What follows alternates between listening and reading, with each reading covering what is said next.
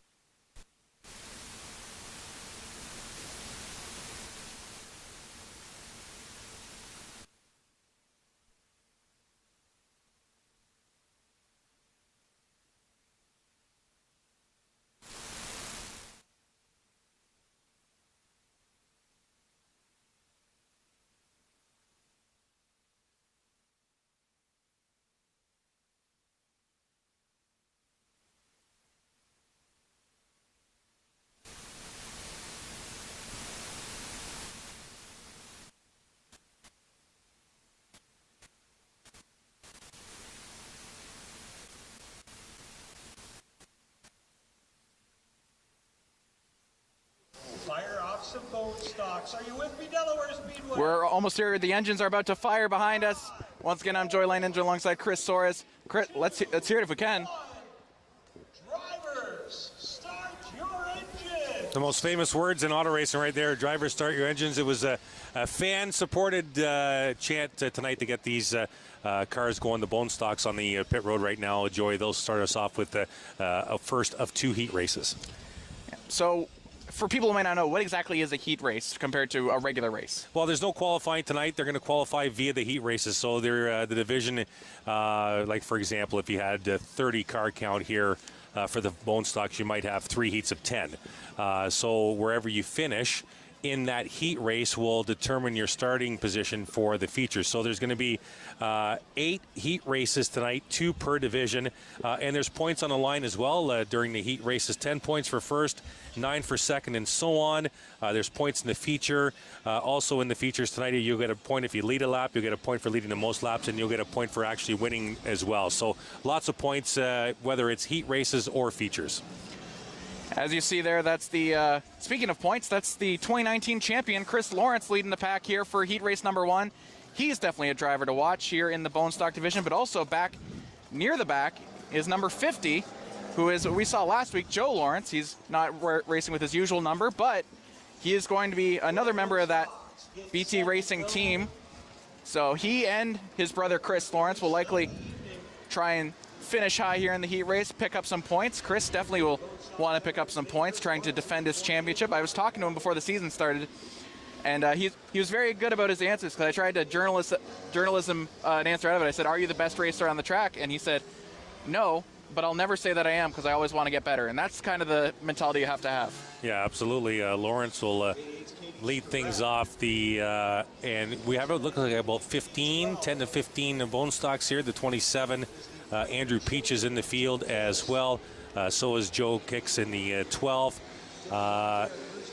The 92 is out there as well, just trying to read numbers. Jordan Wilms is out there. You mentioned Joe Lawrence as well, the 03, Matt Langford. Langford looked strong in practice earlier this evening, so watch for the 03. Nick Masson in the 48's also in there as well. So is the 13 of Murray Anger, as they'll double up here. And they'll wave to the crowd. The wave lap here with the bone stocks. There you see the flagman for tonight, Scott Mackey, waving the white flag. Lots of different flags in play when you come to a racing event for sure. Obviously the green is the to go. Caution is the yellow, which will slow the pace down. White means 1 lap to go. If you see Scott at some point tonight wave the black flag at someone, that means you have 5 laps to get into the pits. If you do not adhere to that black flag, you will not be counted anymore for laps. The red means stop. Everybody on the track needs to stop because there's been a serious incident. Checkered flag, we know. And the blue flag with the yellow stripe means the leaders are coming. It's a passing flag. You're recommended to get out of the way, Joey. So as you mentioned, the one car I don't think you caught there was the number 88 of Katie Starrett. Late entry to the division. Will be starting in the number 2 spot, right next to Chris Lawrence. So as it looks like, here we go. Snuck up on me there. And it's up. How about Chris Lawrence out front? Chris Lawrence takes his bang and leads down the back stretch. Held up in turn 2. Lawrence out and running into turn 3, but 92 of Jordan Wilms made a great move inside turn 2 to get the second. 3 wide already in 3 and 4. Yeah, Stewart at P2 is about to drop down all the way to P10, just starting out here. And that's Chris Lawrence in with a commanding lead out of turn 1, although, as you mentioned, the car behind him is catching pretty quickly. Yeah, Jordan Wilms in the 2nd spot. 87 Mike Ebert is in the 3rd. And now Ebert's going to get challenged by Matt Langford. We talked about Matty in the warm-up laps, the 03. Watch him. He's up to 4th spot now as they'll come out of 4. Lawrence still in number 1 right now, and he pulls away. Jordan Wilms still behind him, and he's going to try and fight off. That's, I believe, the 87 of Mike Ebert. There you see the 48 and the 12 right there on your screen. That's Nick Masson on the inside of the 12. Joe Kicks in that Wonder Bread number 12 car. Almost Ricky Bobby-esque, as Chris Lawrence still turning in as the lead. Joe Lawrence has now joined the fight for P7, I believe, with the 48. And we got a caution flag on the Speedway. The 88 went around between turns 1 and 2. Katie Starrett. She is on the apron now in turn 2, and we'll go to caution here in heat number 1 of the bone stock division. And that 88 hasn't looked right all day. Didn't put up great times in practice. No, you're right. And just hasn't quite found the setup, I think, because it's just been very wobbly and might have just lost it there. Chris Lawrence in the 28, able to get it done out front. 2 laps complete, 8 to go. First of 8 heat races tonight, week number 1 of the weekly series racing here at Delaware. And that's a really big get there for Wilms, because Wilms was losing a lot of time to Lawrence, but if Wilms can get a good start on the reset, that could mean anything for him there. Yeah, and he got a good start initially to open up this heat race, Joey. He went down to the apron between turns 1 and 2 and got past a couple of cars, so he'll start on the outside of Chris when we go to the restart here. The 87 of Mike Ebert will be an inside row number 2.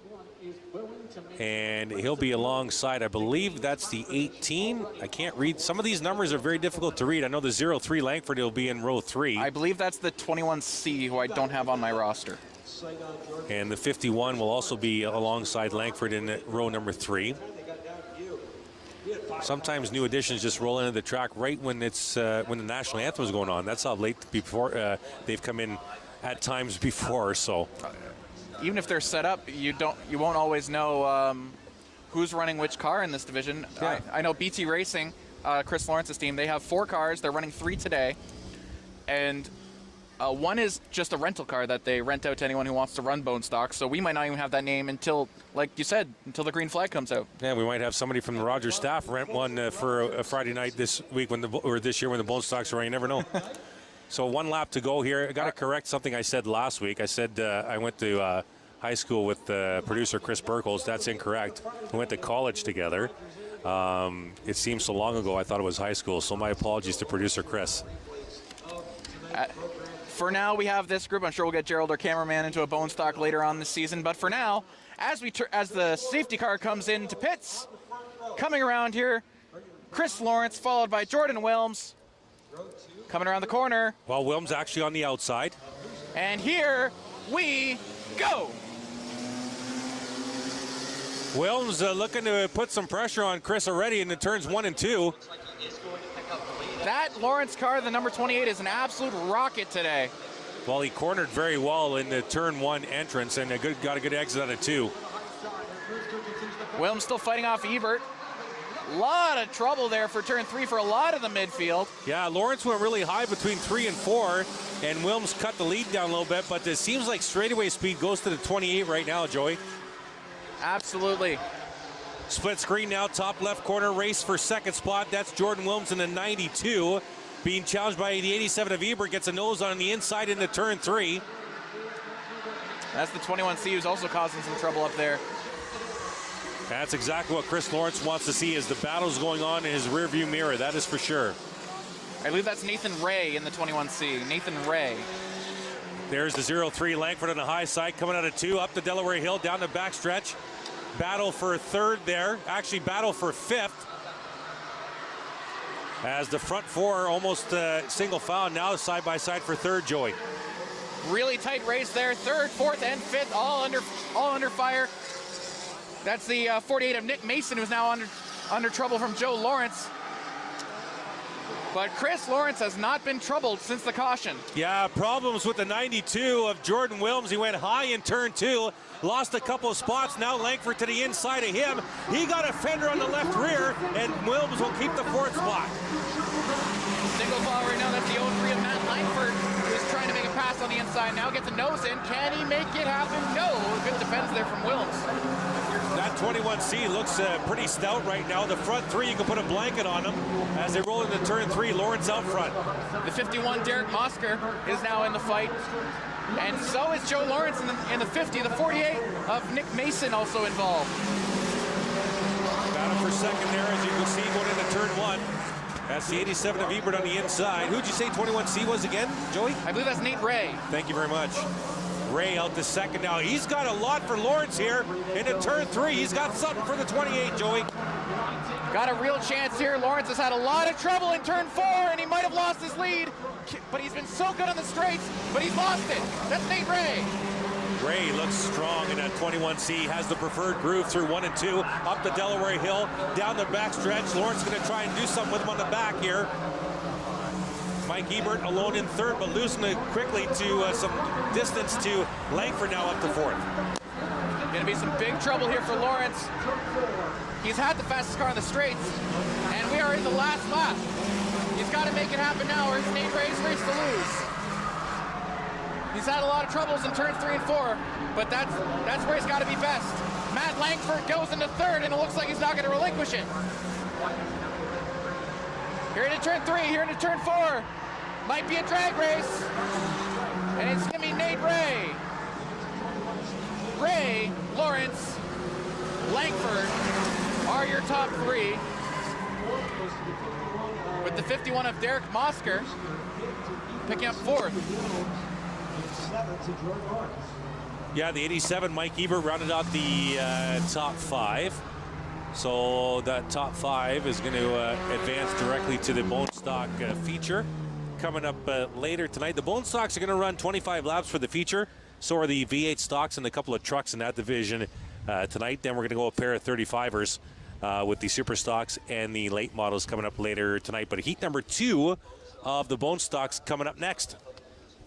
So Chris Lawrence, who had pole, he's probably going to be disappointed that he wasn't able to finish first, but he'll still take the 9 points. That's going to be really important for him later this season. There you see Nate Ray in the 21C, looked very, very stout. Came from middle of the pack to take heat number 1 for the Bone Stocks. I thought he was going to stop for a quick little interview. I'm not quite sure where they do the heat race winner interviews. I think out of turn 4. So I have to apologize. The name just changed on the scoring sheet. Nate Ray is actually going to be running the 26. The 21C is Jason Levy. Thank you very much, Jason Levy. So congrats to Jason Levy for picking up the first heat race. First Bone Stock win of the season. As we mentioned off the top, race fans, sometimes the drivers change cars, especially in the Bone Stock division. Sometimes they change cars. Sometimes cars roll in very late because the 21C, okay, I was going to say, he's not racing 2 straight heat races because he won. So Jason Levy is going to come around and hopefully head into pit lane. Get a bit too fancy with the victory laps here, buddy. So we have for heat race number 2, we have a lady here behind the wheel of the 59 car, Cassie Howard. She's going to lead things off here in heat race number 2 for the Bone Stock division. Typically the second seat for BT Racing. I was talking to Chris Lawrence, who actually built this car. He was telling me that Cassie Howard's probably got the most approved this year and possibly is going to shock some people and pick up some big points this year. Eric Martin will start outside row number 1. The one car we don't have a name for inside row number 2, the 55 of Craig Cole. He's usually strong in the Bone Stocks. He's outside row 2. The who do we have for that? The one is Sean Fusille. Okay, Sean Fusille in the one car. Do we have a 38 name? Our roster here is not quite updated. First race of the season, everything, there's some gaps. I don't have the 38 on my list right now. Don Armstrong is the 38. Did you have that? Armstrong? Yeah, Don Armstrong in the 38, Joey. Thank you. I will mark that down. So we're in our last little pace lap here.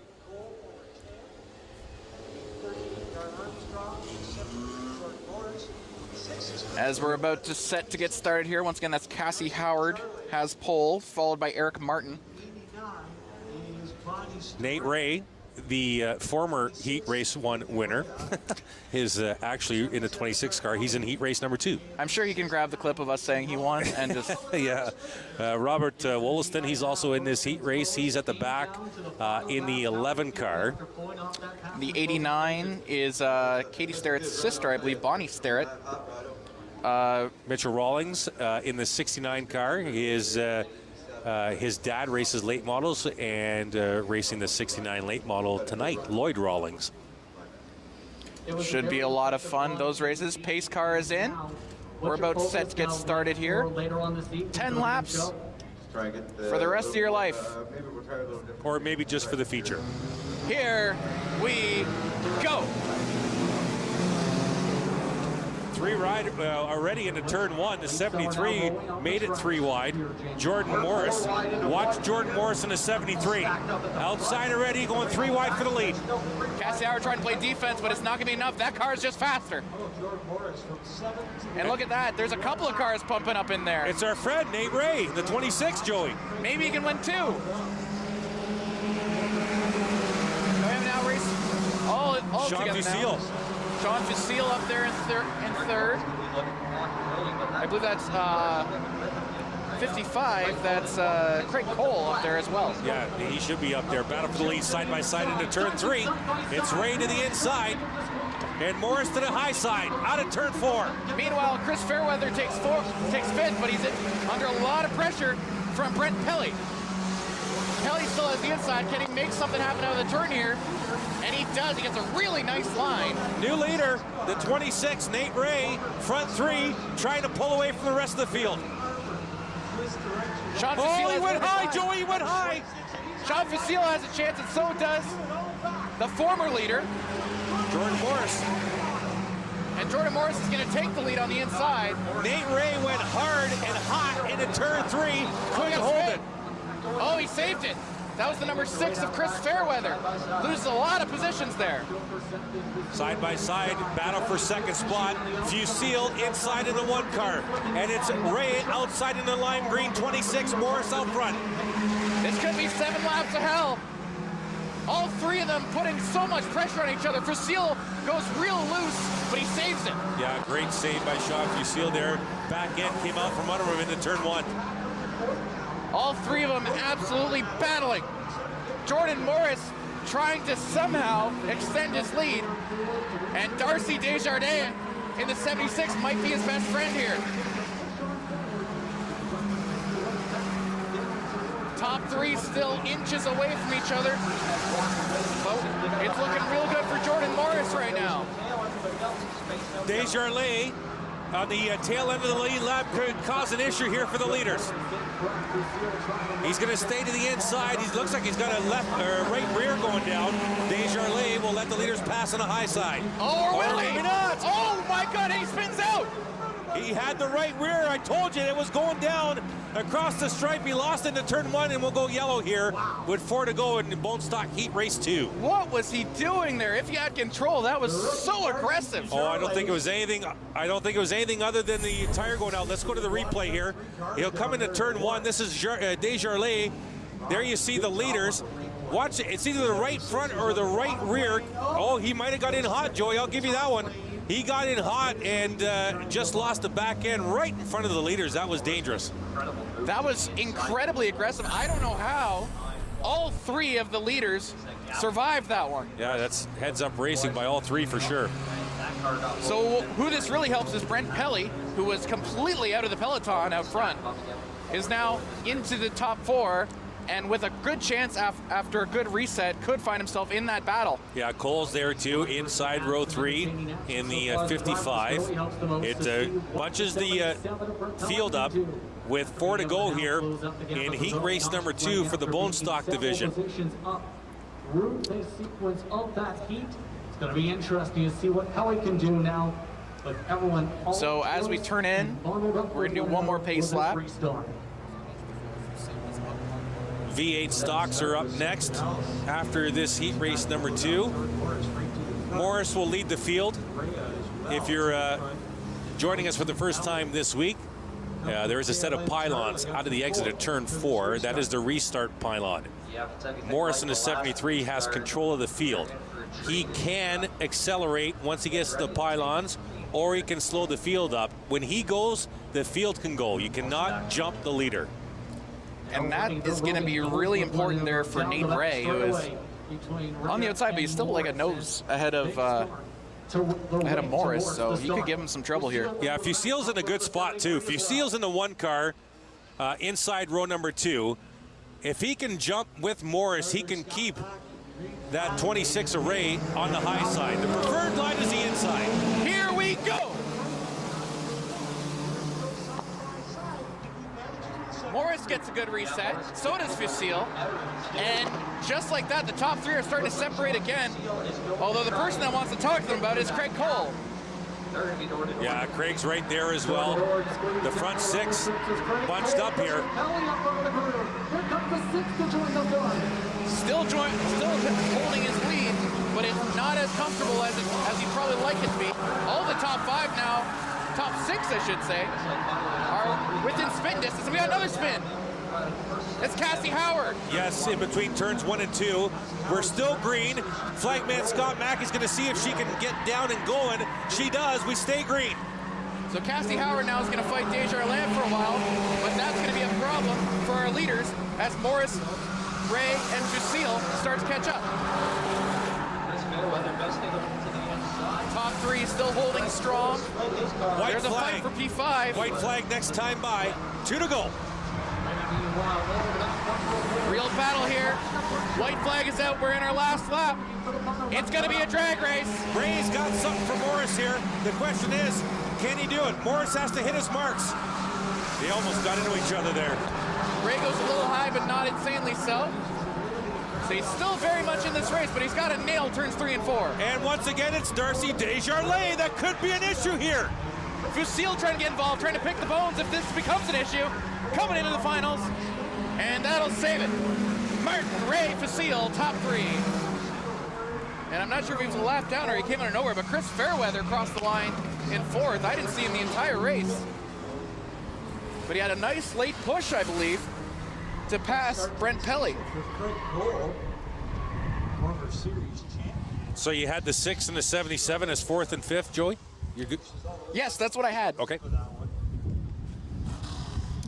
It was real close between Pelly and Cole, but I believe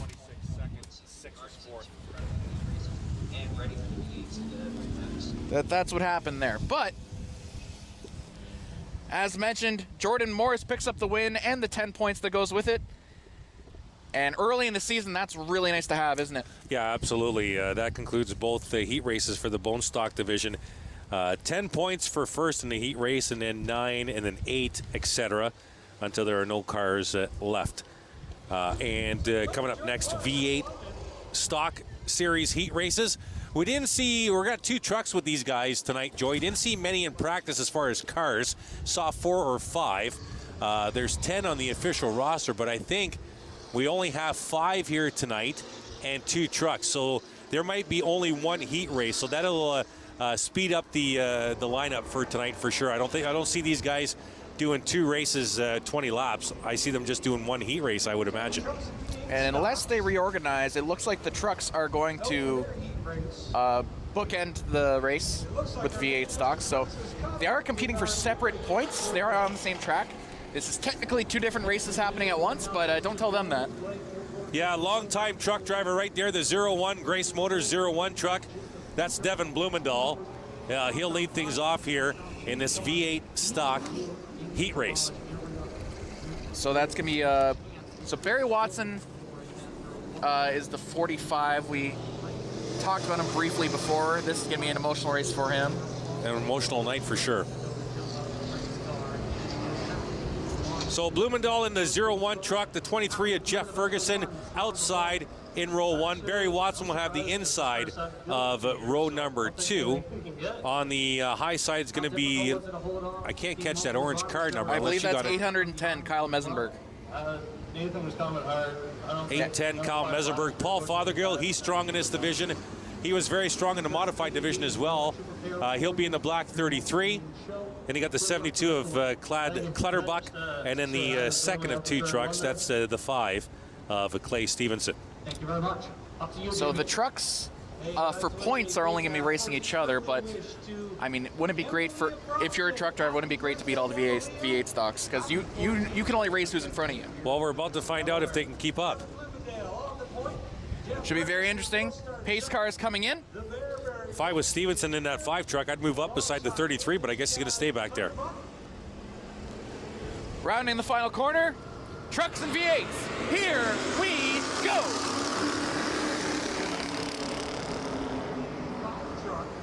Don't kid yourself here, folks. The 01 at Devin Blumendahl can race. And he's absolutely got the speed for it. Putting a lot of distance between him and the V8 stocks, although on the turns, the cars might want to get him. That's Barry Watson already, who's picked up 2nd spot. Yeah, Ferguson, Watson 2nd, Ferguson 3rd, Fothergill in the black 33 in 4th. You can only race who's in front of you, and Watson, despite the fact he's in first in V8 stocks, he wants the whole race, and he's going to go on the inside of the truck right here. Watson inside of Blumendahl coming out of 4. Oh, that was real tight to the wall. Left nothing to fight with. Yeah, Devin really cornered that turn 4 well that time, Joey. And Blumendahl and Watson still going on. Watson's going to take P1. And that's Paul Fothergill behind them. Fothergill's going to make a play here on the truck. You notice the V8 stock cars, they'll go heavy throttle later into the corner entry than Blumendahl in the truck will. If you see that next time by on the backstretch into turn 3, if Devin gets a good run up the hill here at a turn 2, watch Fothergill in the 33. Well, he's going to get him anyways, but he'll go farther into the turn before braking it. You saw that right there. And that's Kyle Mesenberg and Chad Clutterbuck up here. No, that's Jeff Ferguson. Jeff Ferguson with them. Mesenberg now going to try and make a play on the truck, holding up the whole race. As that truck's real hard to pass, even if you've got the speed. So it's Watson and Fothergill now. Watson put up a pretty big lead while Fothergill was fighting Blumenfeld. So only 6 laps to go, or 5 laps to go, sorry. And they're going to have a lot of trouble. Fothergill's going to have a lot of trouble catching Watson. And Mesenberg and Clutterbuck are really struggling to get past Blumendahl. Blumendahl doing really nice defensive driving right now. Yeah, Clutterbuck's way over here in turn 2.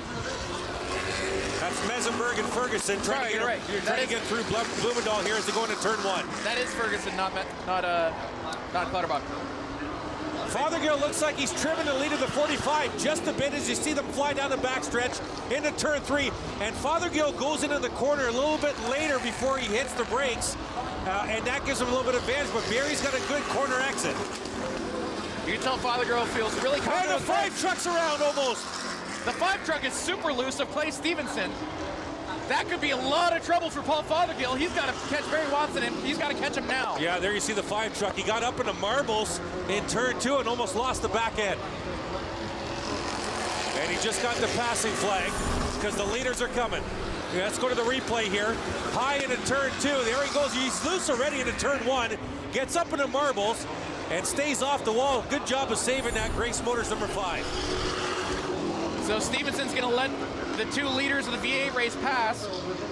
And Stevenson's in risk of being lapped by Blumendahl, being lapped by the only other truck. We are in the last lap now. He's high again. And he's up into marbles again. It's the second dramatic exit for Stevenson this heat race. And that's probably going to help Blumendahl keep 3rd in the overall race. Oh, there he goes high again into turn 4. Definitely handling issues as the heat race comes to an end, Joy, but the 5's got some handling issues. So that'll do it. Barry Watson picks up the win. Paul Fothergill behind him. Devin Blumendahl in the truck picks up 3rd overall, but he'll pick up 1st place points for the truck series. Kyle Mesenberg, 3rd in V8s, 4th overall. And then Jeff Ferguson, number 4. It's going to take some kind of effort to beat Barry Watson in the 45. Driving with a heavy heart tonight, lost his dad a week ago. So it's going to take something special from the others in that V8 division to beat this 45 Camaro as it comes to victory lane. And actually he's being told by flagman Scott Mackey as he's stopping there. Are they going to bring him into the pit road? We're going to wait and see. We might have a heat race interview here. And no matter what happens in the feature race, that's got to be really big for him to be able to pick up the win in the heat race for sure. Oh, absolutely. And as I thought, with only a car count of 5 tonight, Joey, and 2 trucks, only 1 heat race for the V8. So we're going to go to heat race number 5 on your lineup, which is actually number 4 tonight. It's the first of 2 from the Super Stock division. The Super Stocks, but you've seen a couple of these last week. Is the last week's winner, Trevor Culver. He's sticking around. He's going to be fighting tonight for some weekly points in addition to his touring ambitions. So now we have the interview happening. Barry's going to stay there. They call him the Bear, as you can see just above the passenger window. Barry the Bear Watson. Fantastic racing name. So the Delaware Speedway pit reporter is going to do a quick little interview with Barry. As the Bear, Barry Watson, leaps out of the car and pounds the hood in celebration. An emotional week, of course, for you. How are you feeling after coming away with this heat race victory? It was good to get rolling again. The nerves were high and the emotions were there. And it was just normal when you get back in the car and get up to speed and you got that 33 chasing you down. You just get her done. Yes, indeed. And of course, a lot of support from you and the fans right now. Of course, a long week for you. How are you feeling about everything with, of course, the emotions running high for you and your family? This is what we needed to do. This is what we always did. We've done this since my dad was a kid, so this is how we fix stuff. We laugh, we race cars. That's how we do it. And we got her done. And we got one more big one to go here and get her done, hopefully. Let you get back to the preparation for that one. Congratulations on the victory. Thank you very much, man. The Bear, Barry Watson, celebrates in victory lane. Here. Yeah, that was Barry Watson emotional interview, but I'll tell you, it might get even more emotional if he wins the feature later tonight, Joey. Really, really interesting night tonight. We got a lot more races for you. Super Stocks coming up next right here on Rogers TV. We'll be right back.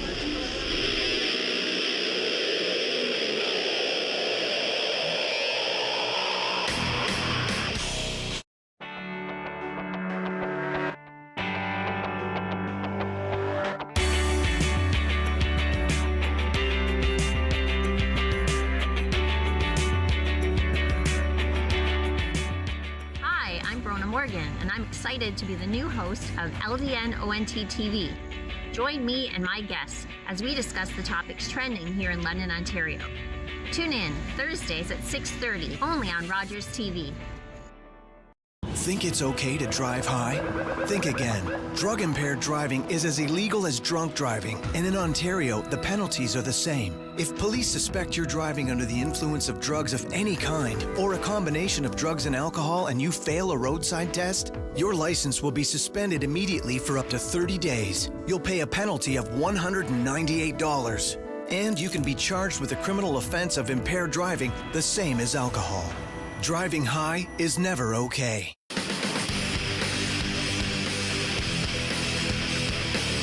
Welcome back to Rogers TV. Big crowd here tonight at Delaware Speedway. Yeah, great crowd and great news announced today. The province reopening plan going to step number 3 next Friday, so that means more race fans here at Delaware. Joey, we're set for heat race 1 of the Super Stock division. Take us to green. Going around the corner here, safety car coming in, the Super Stocks from Delaware Speedway. Welcome back. 7 Super Stocks. Around the corner, here we go. That's David McCullough on the inside, Trevor Culver on the outside, Dougie Stewart in the blue deuce. A lot of Delaware legends here, a lot of Delaware newbies here. They're all going for the win tonight.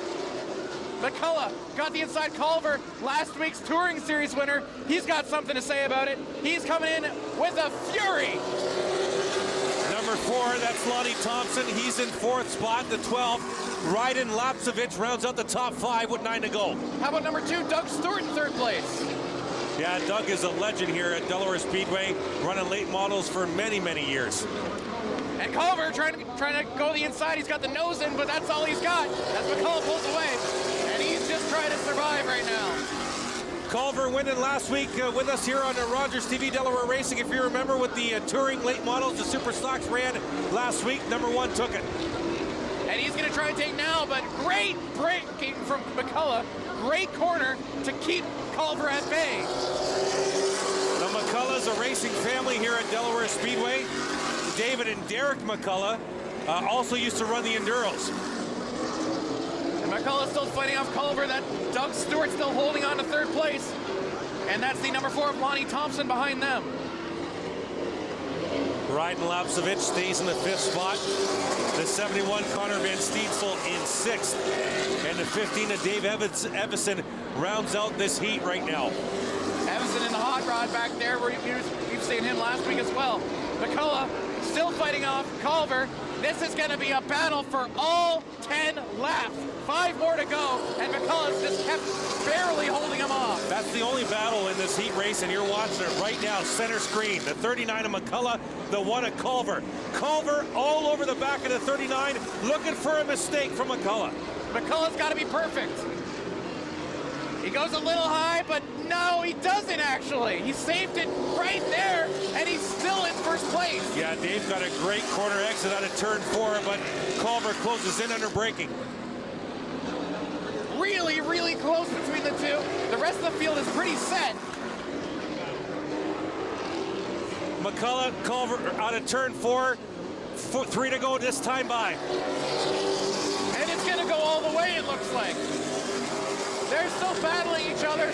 Culver really just looking for any excuse, any reason to pounce. I thought it looked like he gave him a shot there into turn 1, trying to peek the nose on the inside of the 39 left corner panel.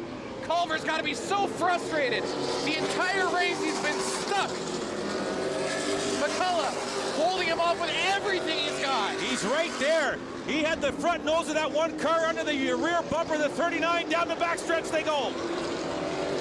Stewart is fighting off Thompson back there, but that's the only one that's close. Culver trying to go inside. McCullough still fighting back last lap. It's going to be a drag race. 3rd, 4th, and 5th could be set. The battle is on your screen right now. McCullough in the 39, Culver in the 1. Down the stretch they go. McCullough's got to be perfect here. Culver's all over him. Into the final turn.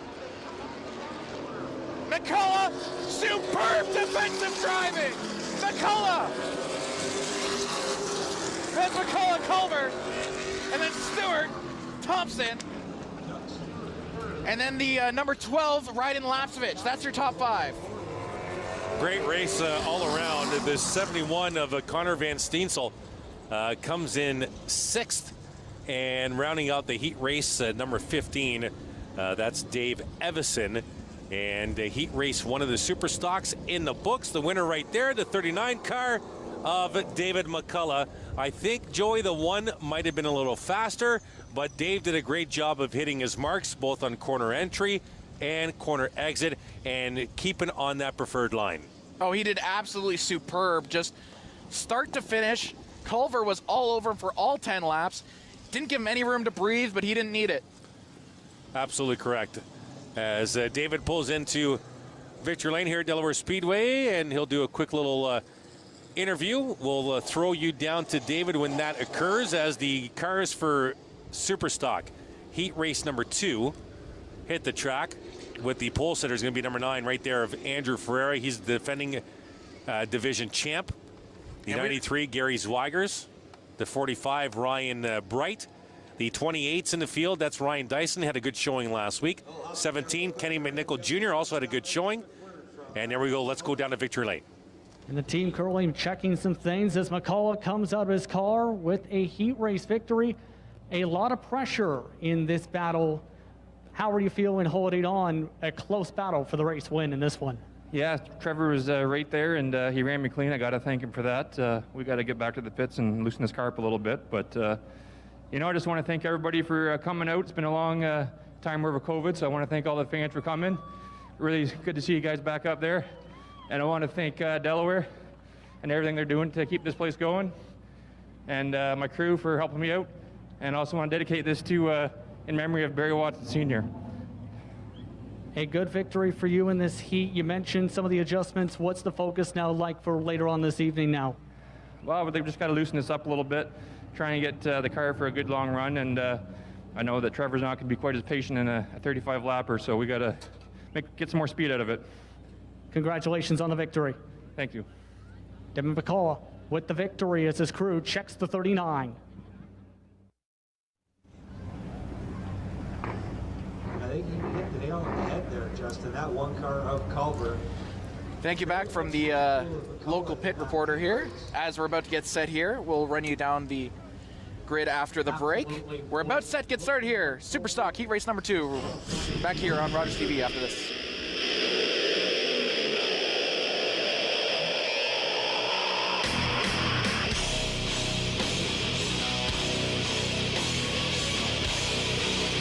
COVID-19. COVID-19. COVID-19. The pandemic impacts our everyday lives, and the ripple effects of COVID-19 seem to change on a daily basis. Rogers TV keeps you informed about how the pandemic hits close to home with live coverage of the Middlesex London Health Unit and the City of London media briefings. Keep up to date on the latest in London and Middlesex with updates from Dr. Chris Mackey and Mayor Ed Holder. Watch the latest COVID-19 media briefings live on Rogers TV Mondays and Thursdays at 2 p.m. And for more information, check rogerstv.com. I don't have the power to change my past. I do have the power to change the perception of it. Is that what you tell yourself so you can sleep at night? It's business. Godzilla's out there and he's hurting people, and we don't know why. There's something provoking him that we're not seeing here. The myths are real. Who bows to who? Kong bows to no one.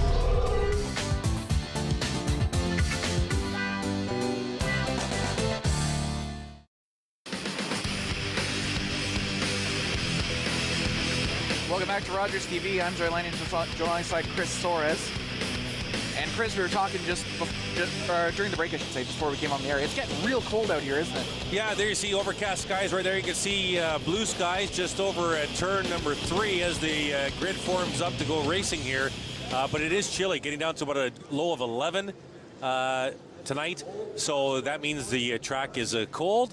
It is grippy. We should see some good racing. Andrew Ferrer at the point for Superstock Heat Race number 2 set to go, Joey. Andrew Ferrer leading. Gary Zweiger's with him. Going to be a real close race. I don't see a car out there that doesn't have a shot at winning this one. Yeah, this should be a good heat race for sure here. Heat race number 2 coming out of 4, ready to take the green. Safety car comes in. Cars are running. And here we go. What a jump by Ferreira. Zweiger's off to a very slow restart, and quickly Ryan Bright took advantage in the 45. Ryan Bright gets out of Zweiger's, and that's Ferreira who's trying to open a bigger lead. A lot of movement in the back. I believe that was Lance Groshak who absolutely fell off. Had a terrible turn 3, and he's got a lot of time to make up out from the back. There you see Ryan Bright, split screen, top left. You see the battle for the lead, bottom right. Now we're back on Bright down the backstretch. He's alone in second. Dyson to the inside of Zweiger's for third. Zweiger's, what happened to him? He's suddenly under pressure by the entire field. The leaders they sent. A lot of trouble in the back there. Nick Ramsey, who we saw last week, led a couple of laps. He's in the back right now. He's fighting alongside Kenny Nickel Jr. Here comes the 18 of Lance Groshak. He is a rookie this year. To the inside as Zweiger's looking for the 4th spot. Everyone under a lot of trouble here. They're still doubled up. Going into turn 1, I should say. And they'll straighten out a little bit.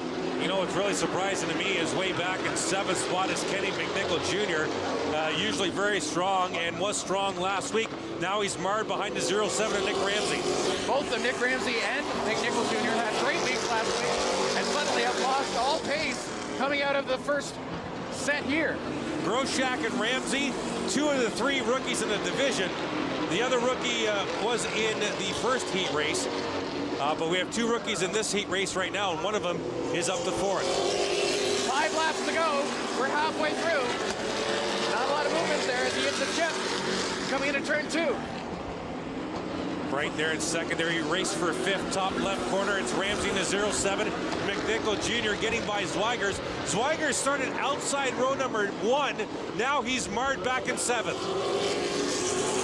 Ferreira's holding on to the lead. Wright's got to come up with something. Got to pull a rabbit out of the hat if he wants to catch and take the win here. Hey, don't kid yourself. Here comes the 28 of Dyson. He's coming to play with the party at the front of the field. Dyson had a lot of speed on the back stretch there. And if he can turn that in consistently, he might have a shot here. My apologies, Ryan Dyson, also a rookie. 3 rookies in this heat race, and 2 of them are 3rd and 4th. There's Dyson right there, a rookie in the Superstock division this year. He is alone in 3rd, but closing on the 45 of Bright. Bright's in a lot of trouble. 3. Going on the inside. Bright's in a lot of trouble. He survives for now, but how much longer can he keep behind him as we got 2 laps to go? Exactly what Andrew Ferrer wants to see is this battle on your screen right now. It's Brighton to 45, Dyson in the 28 into turn 3. Last lap, could be a sprint for 2. Coming around the corner as we start last lap, and Dyson going inside. Does he have the nose? On the last lap, it's all about turns here. It's Delaware, baby. Going into P2. On turn 3, last chance here for Dyson. Dyson, does he have it? On the inside, it's gonna be a race to finish, and it's Bright. Ferreira, Bright, Dyson are your top 3. Followed by the rookie Lance Grosjak, and rounding out the top 5, another rookie, Nick Ramsey. 3 rookies in the top 5. It'll be interesting to see how they do in the feature. And that'll wrap things up for both heat races in the Super Stock division, with the Pro Late Model division coming up next. So a superb drive from Andrew Ferreira. Was never really in doubt the whole race, was it? No, he got off to a fantastic start right off the hop in lap number 1. Joey, the defending series champion in the number 9 there, McRobert Fuels Busink Welding Machine. Andrew Ferreira out of Strathroy. So that 10 points will be really nice as he tries to defend the crown. He didn't lose last year. There wasn't any races last year. So he's trying to prove that he's still got the best car out there. So we will send you down to hear from Andrew in a few minutes as the pace car brings out heat race number 1 for the Pro Late Model division. And let's go down to victory lane right now. Broad run in your heat. Didn't quite hear what you said, but car felt real good anyways. Go ahead. Let him get the rest of his helmet off here.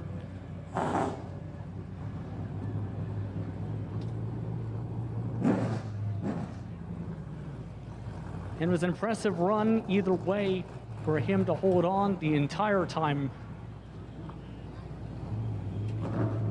Now, how are you feeling about that run? Oh, real good. Car's feeling really good. Hopefully continue that for the feature. Any adjustments for the feature in turn then for later on this evening? If there is, it'd be real small. We'll let you get to your celebrations. Congratulations on the victory. Thank you very much. Andrew Ferreira. So that was the Super Stocks. We'll have the late models heat races coming up right after this here on Rogers TV.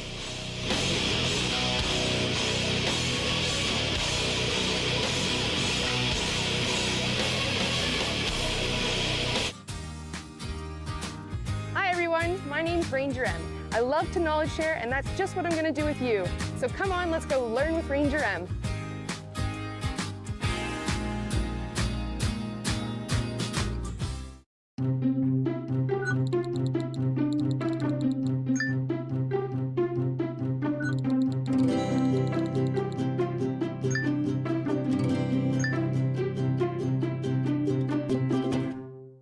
Monday. And I will admit that self-care is my biggest weakness. Sometimes caring for others can take precedence over caring for our own well-being. That's that balancing, I think, that the sandwich generation finds themselves in. On Learning for Love, Lessons for Life, Lisa Jaworski talks to the people who have lived experience, being in a variety of caregiving roles. And be the best we can be to take care of the ones we love the most. Learning for Love, Lessons for Life on Rogers TV.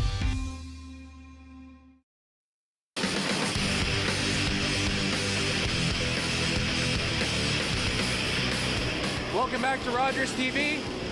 Here at Delaware Speedway, we're about to start the late models as a lot of people in the pits keenly looking on. This is the first weekly late model of the season. Lots of big names for Delaware race fans in the late model division. At the pole, heat race number 1, the 51 of Matt Robley, the son of Steve Robley. On the outside, Lloyd Rawlings in the 69. The 22, Marshall Schrank. On the inside, you got the 43 of Jay Dury inside row 3. You got the 88 Rick Verburn in the 88. The 19 is also Connor Pritical as we get set to go to green, heat race 1 of the Pro Late Model division. So we're gonna have one more pace lap here, and good. We can finish off the 96 is going to be Mark Jacobs. He's on the outside of row number 2. On the outside of Jay Durer in row number 3 is the 18 of Patrick Friel. On the inside, as I mentioned, was the 88 of Rick Verburn. On his outside, the 19 of Connor Pritico. And if you remember that name Pritico from last week with us here on Delaware Racing on Rogers TV, Matt Pritico is his uncle. Connor's in the 19, getting set for Heat Race 1. Safety car about to come in. Late model racing at Delaware Speedway here on Rogers TV. Here we go. Great start by Robley. Rawlings falls in the line here, 2x2 on back. Much like almost every race today, the leader has sprinted out, but it's real packed up behind him. As that's the 96 coming in, trying to challenge for third place. That's Jay Dewar in the Once Upon a Child, number 43 on the inside of the 18 of Patrick Friel. There's Jacobs in the 96 trying to get to the high side of Marshall Shank in a 22. A lot of trouble there. The 69 of Lloyd Rawlings having a really nice start. I think he's actually slowing up the field a little bit, Joey, because Robley's getting away and getting away fast. The pack forming behind him. Marshall Schrank in third place there in the 22. Friel on the outside of Dewar, now trying to get to the right rear quarter panel of Jacobs. Everyone's involved here. No one, aside from the leader, Matt Robley, has sprinted away. Everyone is still fighting for the top spot. Now you got Rawlings under attack by the 22 of Schrank into turns 3 and 4. And does he have it? It's going to be real close coming to the next turn. Really nice performance on the straights there from Rawlings. But still under pressure is Schrank. So Schrank and Rawlings are going to scrap. The 96 is going to try and get involved now. There's Robbie all by himself, and then way back to Rawlings in the 69, holding everybody up. 69 of Rawlings, 22 of Schrank, second and third. But as mentioned, Rawlings maybe just a hair off the pace, holding the rest of the field up. Schrank trying to do something about it. 5 laps to go. And that's also Mark Jacobs coming in the 96. Yeah, he's under attack by Friel in the 18. That's rounding out your top 5. Verburn and Dewar side by side for 6th into turn 1. Oh, they're still side by each coming in out of turn 2. And that opens the door for the 19 car to try and get involved. No one's out of it yet. There he is. Verburn inside of Dewar. There you see split screen here on Rogers TV one more time.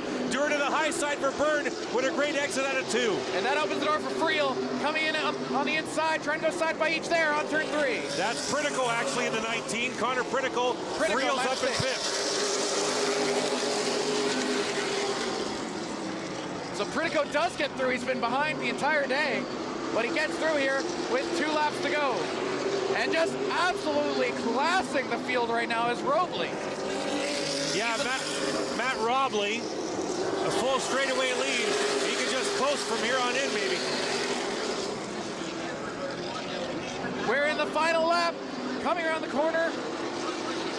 And he has been in trouble all night. Rawlings, can he hold on to P2? And Friel trying to do something about it, trying to get him to 3rd place. He will not. The sprint to the line, and it is Rawlings who holds on. So Rawlings holds on to 2nd. That was Marshall Schrank into 3rd. Pat Friel in 4th. And the number 88 of Rick Verburn came in at the end there to pick up 5th. Yeah, good to see Matt Robley continue to win here at Delaware Speedway. I think it was a combination of the 51 being a good car and the 69 maybe being just a hair off the pace. As you saw, Lloyd Rawlings kind of clogging up the rest of the field in that heat race, allowing Matt to get out of there and pretty much do some qualifying laps to finish off the heat race. That'll be really nice because, again, you can run some quick laps, get used to it for the feature later on. And Matt Robley on the other side of pit wall, or pit lane wall. Sometimes the divisions don't watch the other divisions because everybody else was parking on this side of Victory Lane sign, and Matt went to the other side. No, so he was stopped in the backstretch, and someone must have told him, hey, the other late models would like to do some safety car laps. Can you go on the inside? Okay. At least that's my guess, because he was stopped on the far side. And let's go down to victory lane to announcer Justin Prince. As a dominating performance for Matt. Matt, first things first, how are you feeling after a dominating heat race performance? Well, you know, we showed up tonight with a little bit of a hiccup. We actually forgot to put the window net in the car. So my buddy John had to go run and grab that. We got off to the wrong start, and, you know, it really goes to show you that you really got to have your stuff together. And, you know, we got it done, and we're happy to be here. The place looks fantastic. We got to say thanks to our supporting sponsors like McCall Racing Enterprises. I've been getting cars from Mike forever, and there's a reason for that. They're awesome. All my sponsors, VIP Auto Pro, Central Machining, Ball Construction, Federated Insurance. We got some stickers to put on the car yet, but it's great to be back. It's great to see everybody here, and you know, hopefully we're still in good shape at the end of the night. Anything you want to change up for later on this evening then to keep up the momentum? Yeah, well, it seems to tighten up as we go. That's not really the way I like to do things. I kind of like a car that, you know, frees up on the long run, but we can work on it. We got a good piece to work with, and we're going to see what we got. We'll see how you are later on this evening. Congratulations on the heat race victory. Yeah, thank you so much. Back up to you, Jamie.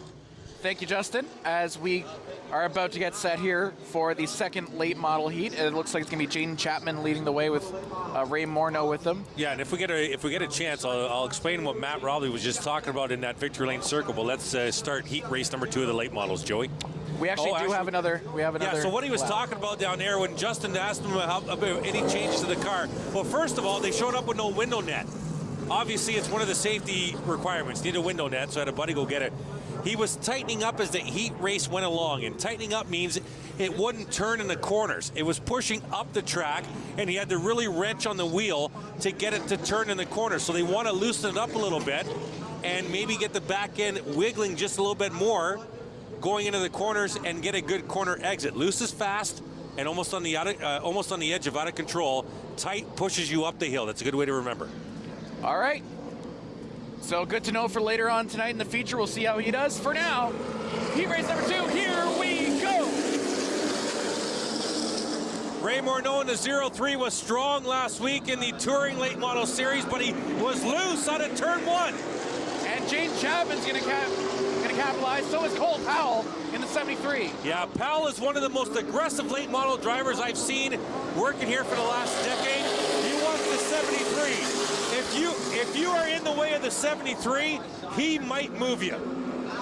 And Jaden Chapman knows that, but he's going to stay aggressive on him, trying to pinch him out on the outside. Watch the 52 in white. That's Jake Sheridan, son of Ron Sheridan, multi-champion here at Delaware in the late model division. 77, that's Darrell Lake rounding out the top 5 right now. Chapman at first sprinted away, but now he's in a lot of trouble, and he's really under pressure now from Powell.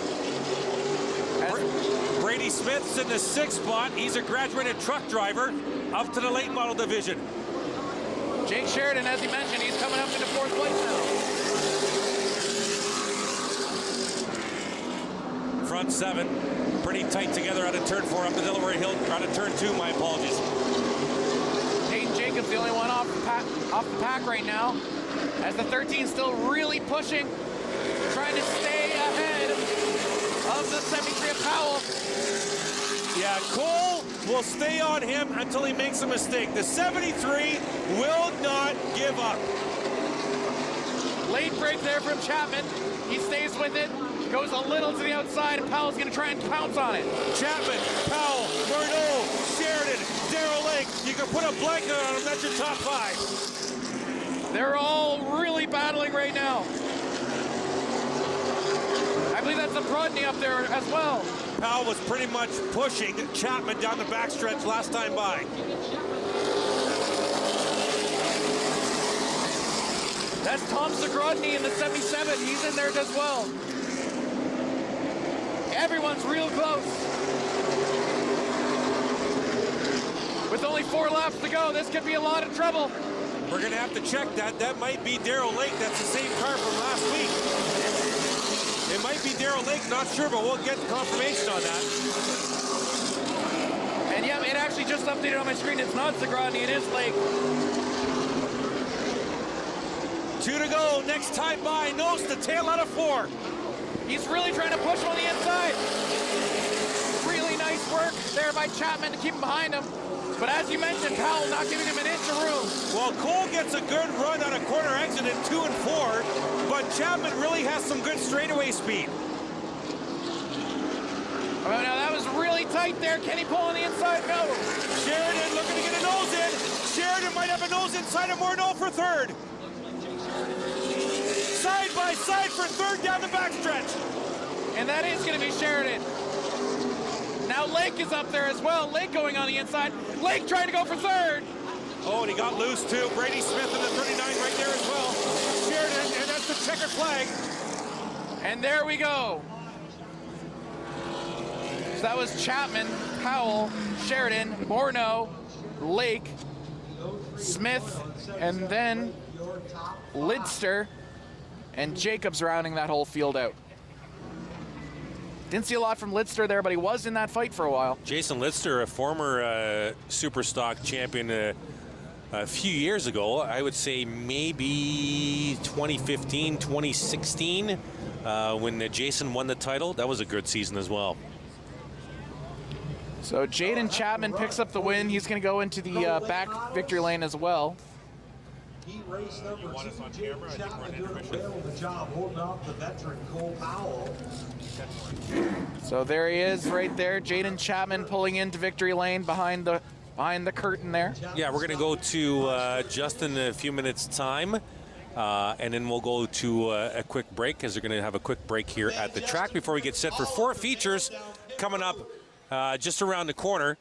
We'll go bone stocks for 25, V8 stocks for 25, the super stocks for 35, and the late models for 35. So plenty more racing coming up here on Rogers TV on your Friday night. Hope you had a great week at work and a great start to the weekend right here. Let's go down to Justin. And a really strong performance in this heat. Talk us through it.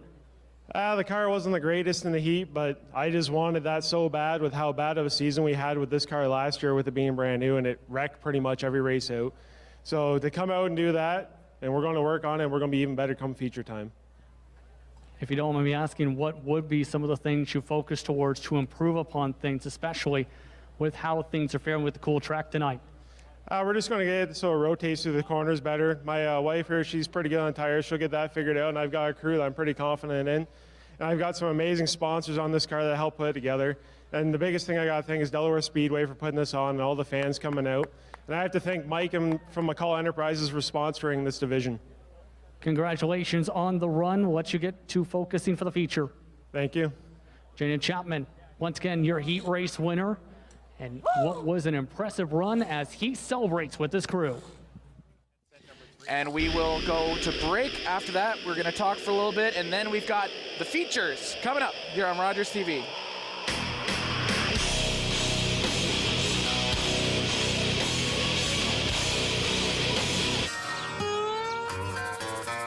My name is Ernie, and I lost my arm in a farm accident. Machines might move slow, but accidents happen fast. I never thought it would happen to me until it did. Kids should stay away from all the machines. The only people that should work around machines are adults. Accidents can happen to anyone, anywhere, so play safe. You have to leave. You don't belong to this. You took money from the kinds of people you don't want looking for you. What did you do with the boy? Aquila! I'm doing this my way. I'm a family man. I used to work for some dangerous people, but they came after my family. Who are you? Me? I'm nobody.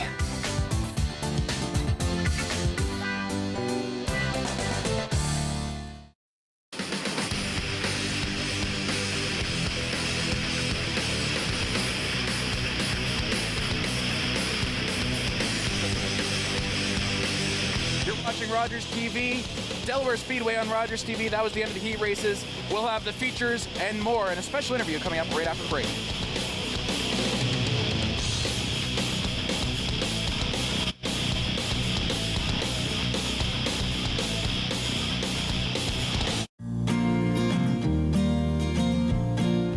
Sarah. And I'm Susie. We are the hosts of Happiness is Homemade, We'll be assisting you on how to make a lot of at-home pastries, which all your family and friends will love. For more information about the vaccine and eligibility, visit healthunit.com. To book an appointment, call the number on your screen or book online at covidvaccinelm.ca. Hi everyone, my name is Dr. Mario Elia, and I'm the host of a new show here on Rogers TV that we're calling Keeping London Healthy with Dr. Mario. I'm a local family physician here in London, and I'm very excited to be working with Rogers TV on this new format, which will give us an opportunity to explore all sorts of topics related to medicine and health. So tune in Wednesdays at 6:30 p.m. We'll see you then.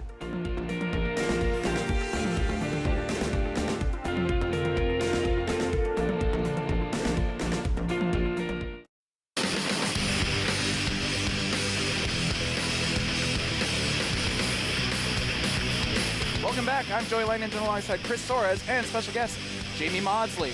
Jamie, welcome in. Yeah, thanks, guys. Thanks. Welcome. Jamie's the track announcer, been here for quite a few years. Also was doing the APC late model touring series. We're back at the racetrack, Jamie. Oh, it's awesome. Great place to be. You and I have spent a lot of time here, Chris.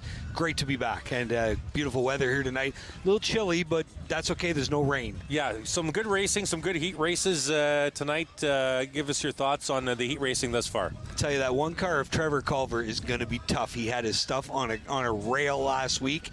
He gave Dave McCullough all he could handle in the heat race. The late models are going to be good. We saw that 73 of Cole Powell, just how strong he was. Unable to get by the eventual race winner, but he was quick. And Matt Robley absolutely dominated his heat race. Bone stocks, I think you got to look at Jason Lovey, man. He was strong in that heat race as well. And Barry Watson, he's on a mission tonight for a whole bunch of different reasons. Are you and he's racing with a heavy heart tonight. Are you surprised or are you impressed with the car counts in the divisions to open up the year? Love it. We got two heats for most of the car counts, 16 plus cars in 3 of the divisions here tonight. Another kid you're seeing out here tonight you want to keep your eye on in the Superstock features, Ryden Lapsovich. His older brothers are Trayton Lapsovich. You may have heard of him. Yes. He, ran an APC race here last week. And Caden Lapsovich, former Pinty's champion who works at Rowdy Manufacturing down in the States and races those big cars down there. But Ryden's the third in line. I had the chance to talk to Jeff tonight. He says, I got no more boys after this. The girl's not interested. This is the last one. But we...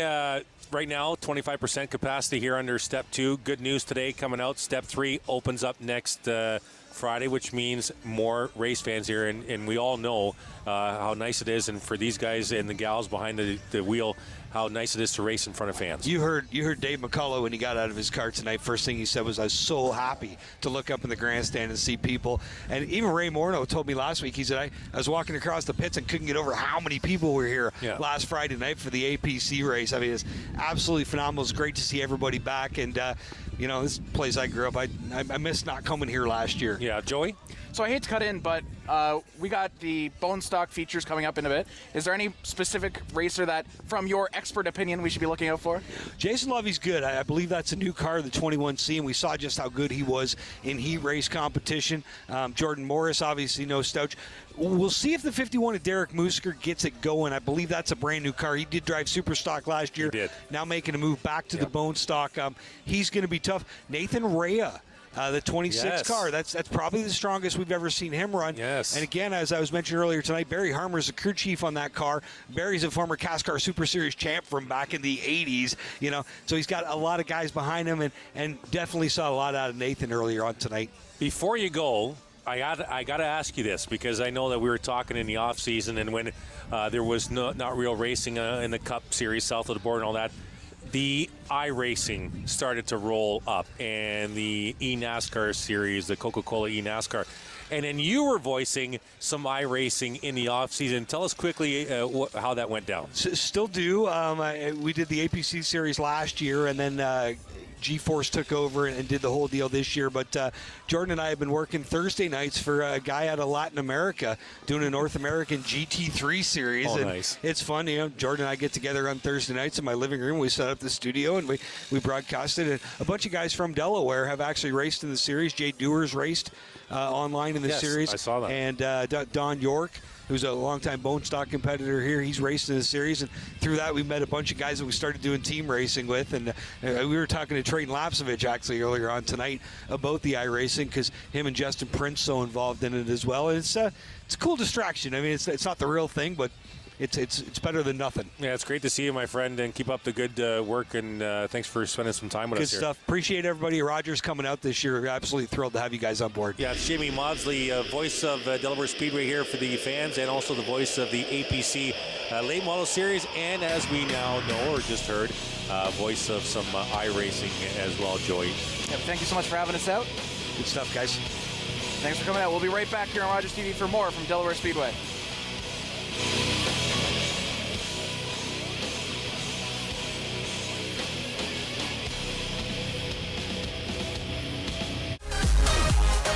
Fun, casual, intimate, and personal chats with artists and creative folks in the LGBTQ plus community and friends, all on Season 7 of On the Couch. Wednesday. We're all biological creatures, and we can all become addicted for various reasons, right? It doesn't matter what you look like. Join addictions counselor Dean Anderson for Invisible, Breaking Through the Stigma of Addiction, on Rogers TV. Overseas and undercover, the Masked Singer UK edition is here. Your task is to guess the IDs of the VIPs. Who is that? Oh, very good. Proper mad. Welcome to the Masked Singer. I know who this is. Could it be Justin Timberlake? Bruno Mars? Mel B. Wow. The Masked Singer UK edition. New episode, Sunday at 7:30, only on Game TV.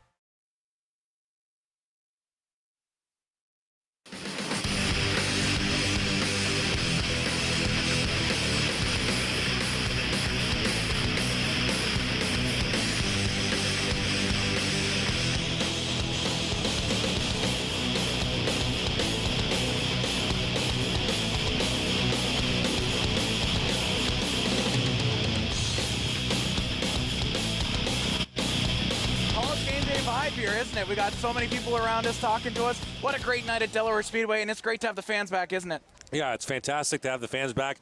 Want to say another thank you to Jamie Maudsley, and you'll probably find out at home as we continue to broadcast racing here at Delaware Speedway. If we get a chance to grab somebody and bring them here, we're going to do it. And we did that with the Jamie. He hopped out of the scorers box here just to my side here. I said, hey, hop on with us and let's do a quick little interview, and he's great with that. Jamie and I worked here for many, many years, so appreciate Jamie stopping in. Now, that was very thoughtful, but I have to ask, were you just thanking him because you know he's behind and he was listening? No, he actually just came out now. Oh, hi, Jamie. He just came out now. So looking forward to 4 features as we continue inside an intermission here at the Delaware Half Mile. So speaking of the features, we just finished the heat races. The bone stock heat races were first. There was some fantastic racing there, weren't there? Yeah, so I'm going to try and take us through this as efficiently as I can, because I'm referencing numbers and names. We had the first of 2 heat races in the bone stocks. Went to the 21C of Jason Levy. The 28 was Chris Lawrence. He finished second, but he led that heat race for quite some time. The 07, I believe, I don't have that number here. We're going to have to find that out. The 07 finished third. The 51 of Derek Musker finished fourth. The 87 of Mike Ebert rounded out the top 5. That was heat race 1 of the bone stock division. Heat race number 2 went to number 73 of Jordan Morris. 26 was Nathan Ray. As Jamie was mentioning before the break, the 26 looks very strong tonight. The 1 car, which I have, is Sean Fusille. That was a great battle. Those top 3 in that heat race finished third. That was a great battle for sure. Chris Fairweather was 4th. And running out the top 5 was the 77 of Brent Pelly. So that was our bone stock double heats getting set for the feature. We just had 1 heat race in the V8 stocks. The winner was Barry Watson in the 45. As we've documented quite extensively this evening already, Barry unfortunately lost his father last week. I had the privilege of knowing Barry through the racetrack and knowing his dad through the racetrack, working here for so many years, and it was sad to hear of his passing. So obviously Barry driving on a mission tonight. It's going to be tough to beat that guy. 33, Paul Fothergill finished second in that heat race. The 0-1 truck was Devin Blumendahl. That was the top three from the Bone Stocks in the heat race number 2 for the Bone Stock division. But we'll wrap more up from the heat races coming up right after the break. Delaware Speedway Racing live on Rogers TV. Bone Stocks, here on Rogers TV right after this.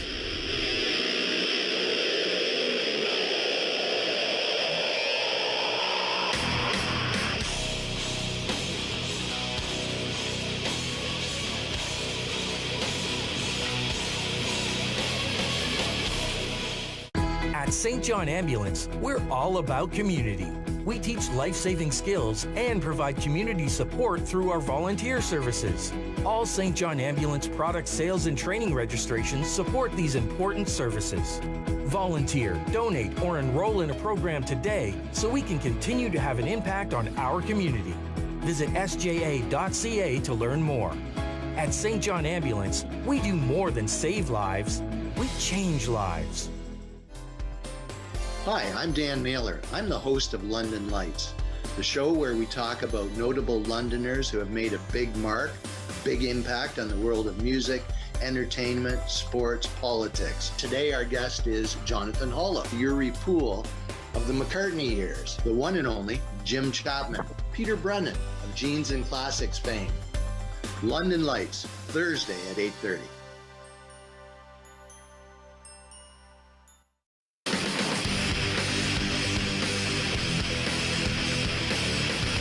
There you see the Bone Stocks lining up. It's about to be feature time here on Rogers TV. I'm Joey Langdon, joined alongside Chris Soares. Chris, we just saw the heat races. We just took everyone through the V8 stocks. After that, we had the Super Stocks. And what happened there? Well, we did the V8s and the Bone Stock heat races to the Super Stocks. We had 2 heat races there. David McCullough won the first one, followed by Trevor Culver, and then Doug Stewart rounded out the top 3 in the Super Stock heat race number 1.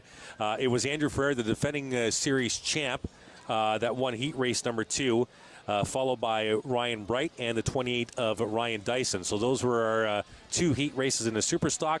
Late model division, heat race number 1, no competition. Matt Robbie in the 51 took the checkered flag in heat race number 1.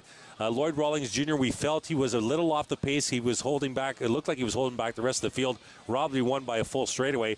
Lloyd Rawlings finished second. The 22 car of Marshall Schrank finished in the 3rd spot. That was heat race number 1 for the late models.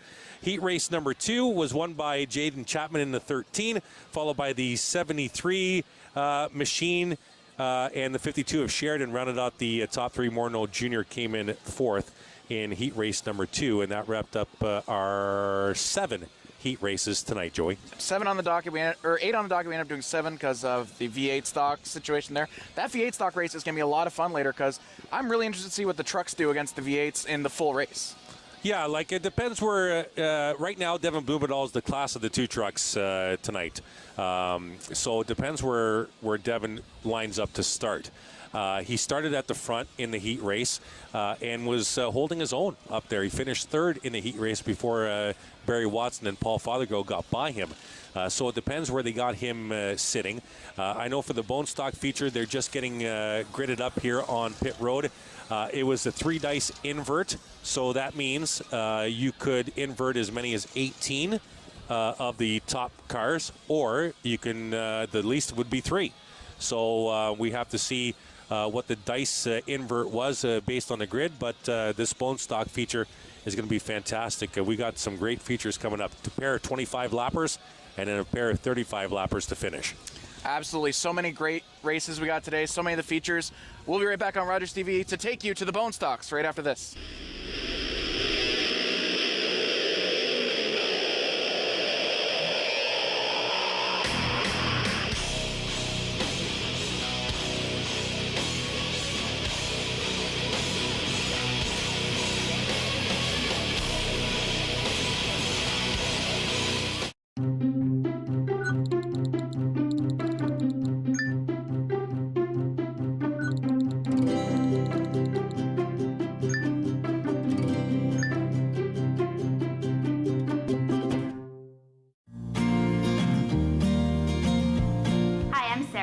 And I'm Susie. We are the host of Happiness is Homemade, We'll be assisting you on how to make a lot of at-home pastries, which all your family and friends will love.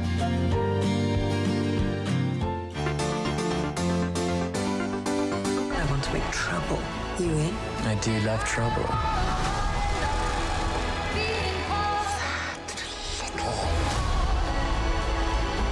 You have a bit of an extreme side. Yes, darling. And what fun that is. She stole my dogs.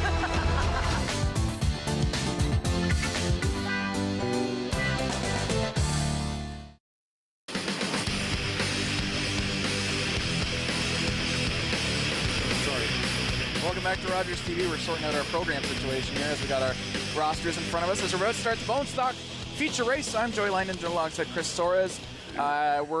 The grid is just shaping up now as we talked about the inversion. It looks like Craig Cole won the dice roll.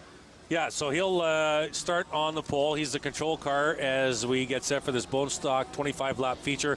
The 92, Jordan Wilms, will start on his outside. Brent Pelly in the 77, inside row number 2. 87, Mike Ebert will start outside row number 2. The 6 of Chris Fairweather inside row 3. The 11, Robert Wollaston outside row 4. The 7, Jack Van Erck will start inside the row number 5. As we start the grid, where you're not gridding him up yet, flagman Scott Mackey has not given the double up sign yet. The 03 of Matt Langford will start outside Van Erck. And then the 26, there's a car to watch right there, I think, Joey, the 26 of Nathan Ray. He'll start inside row number 6. Outside him will be the 28 of Chris Lawrence. Outside row 6, inside row 7, the 73, Jordan Morris. Outside him will be the 21C of Jason Levy, who really showed well in his heat race. Then the 50 of Joe Lawrence. So a nice little grouping right there of Langford, Chris Lawrence, Morris, the 21C of Jason Levy, and Joe Lawrence in the 50. They're starting from rows 5 back, so it'll be interesting to see them come through the field. There you see Scott Mackey, the flagman here at Delaware Speedway. Caution still on the Speedway as he wants the back end of this field to kind of catch up to the cars in front of him. They've already doubled up at the front of the pack here, Joey, as we get set for this 25-lap feature. Yeah, I believe what happened is Desjardins had a lot of trouble getting to the track on time and got out really late, and that held up 88 of Starrett, and therefore the 69 of Mitchell Rawlings. So everyone came out a little late in the back, so that's why they're just getting together now. Yeah, there you see Scott. He pulled the white flag out of the holster, and I think they're going to get the one to go next time by. So we're still under yellow right now, as it looks like there's a bit of a shuffle up by the front by third. No, that was just Fairweather having a bit of Fairweather starting and stopping a little bit there as the white flag waves. So one more time around for the pace car. 25 cars in this Bone Stock feature. 25 cars going 25 laps. Yes, Friday night at Delaware Speedway. Bone Stock's the first of 4 features tonight. Going to be a really interesting race. A lot of storylines going into this. A lot of people, a lot of different people talking about who's going to win this season this year in the Bone Stocks. A lot of bad blood there. So keep your eye on 5 rows back. The 28 inside, the 03 outside, the 73 in tow, the 50, 28, 73, and 50 all inside. Rows 5 to 7. Watch these cars come through the field. This is going to get good as Cole brings them to the green. Safety car in, coming around the corner now. Craig Cole, one dice roll for the pole. We've got a slow car high in turn 4, maybe drop it to the back. Here we go. The 51 of Lusker got right into the back of Ebert at the stripe and gave him a shot right in the back end. And that slow car is number 38, Don Armstrong. He's really having trouble. He might be out. Yeah, he needs to get off the track or we'll go to a quick caution here. There you see him inside, right against the pit wall as the field comes out of 4. A lot of people doubled up. Craig Cole coming down.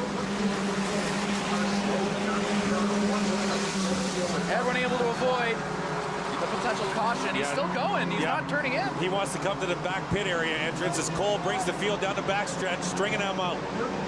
Side by side for third, though. Wilms really fell off there. He's back to fourth. Yeah, that was the 6 of Fairweather. Got up to third and dropped Wilms to fourth. Side by side for fifth. Armstrong stopped. 3 wide between turns 1 and 2. Caution on the Speedway. And finally, the yellow flag comes out. Armstrong had a lot of trouble. Yeah, the 38 did not move. He's stuck at the apron at turn 2. The 38, so we'll bring the field under caution and he'll get a little push.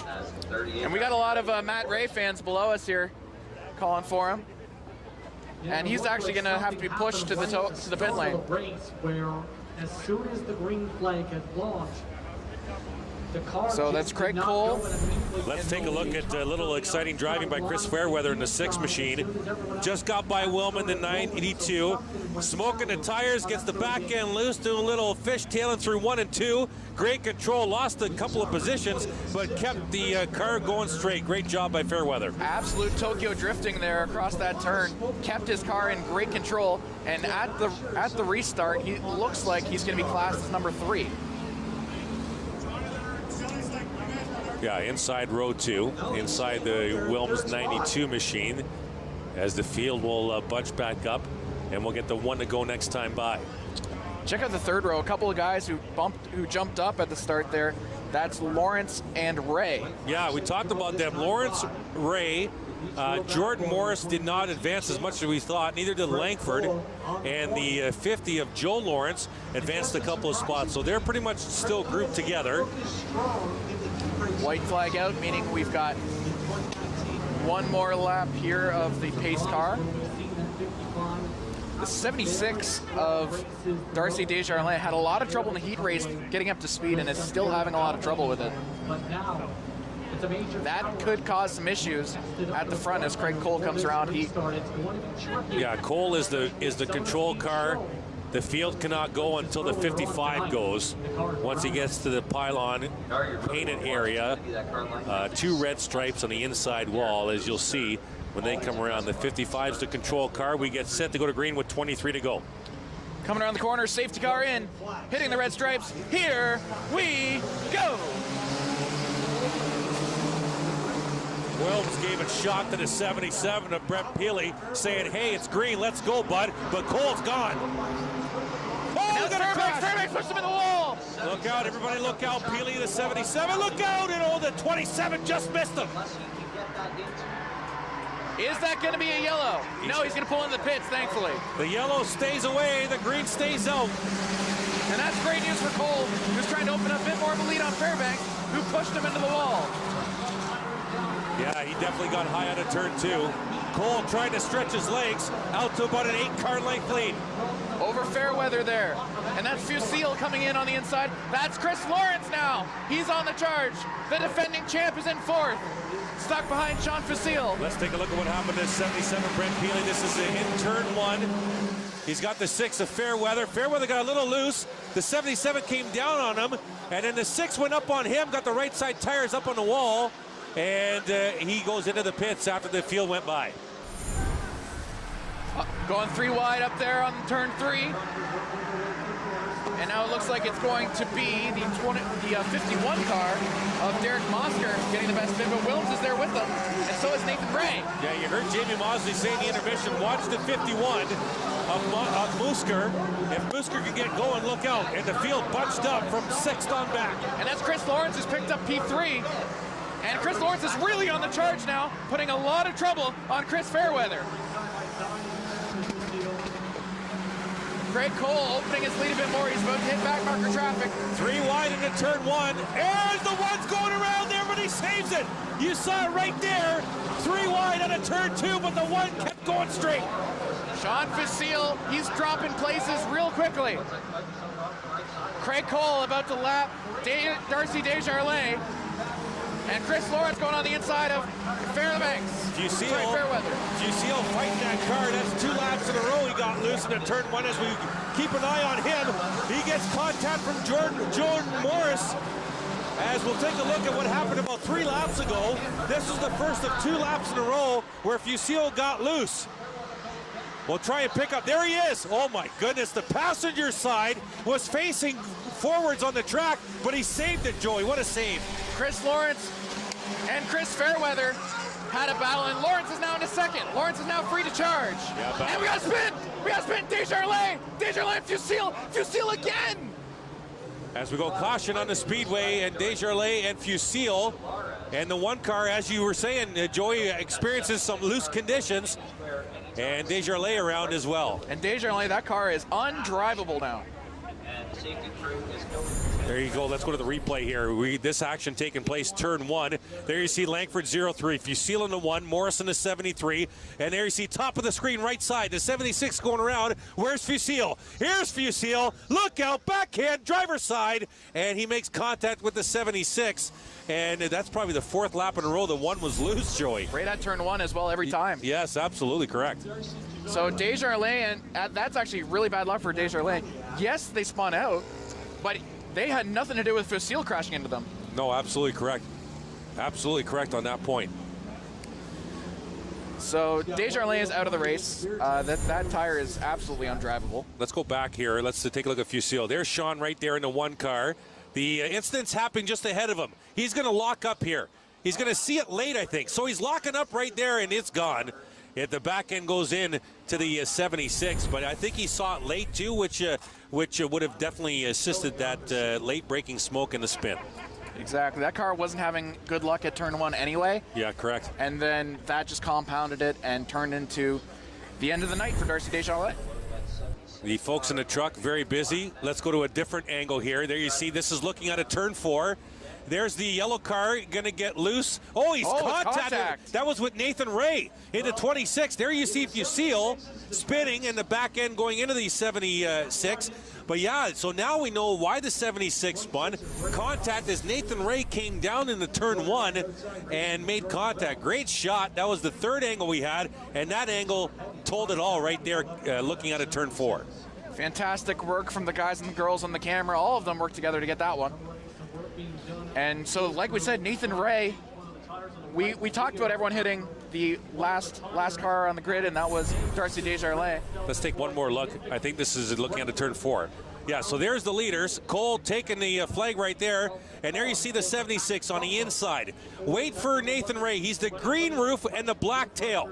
Here he comes down into turn 1. Heavy contact into the right front of the 76. Fusille in the 1, who sees it late, brakes late, turns around, and smashes into the 76. Great camera stuff. But yeah, we definitely know what caused that initial spin for sure for the 76. So while they get Desjardins' car onto the tow truck, we're going to take a break ourselves. We'll be right back here on Rogers TV for the conclusion of this bone stock feature.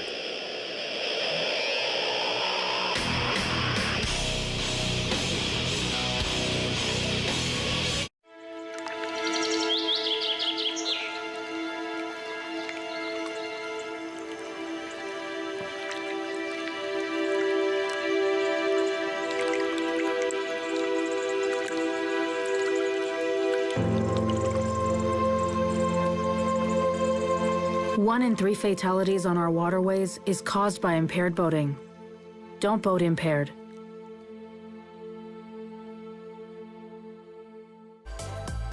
Welcome to the Rogers TV special on the City of London's Community Diversity and Inclusion Strategy. So the Community Diversity and Inclusion Strategy is an aspirational document, and it's an 80-page document, and if you look through it, you begin with the vision, the statement of commitment. There are 5 priorities, and within those 5 priorities, there's 47 different strategies.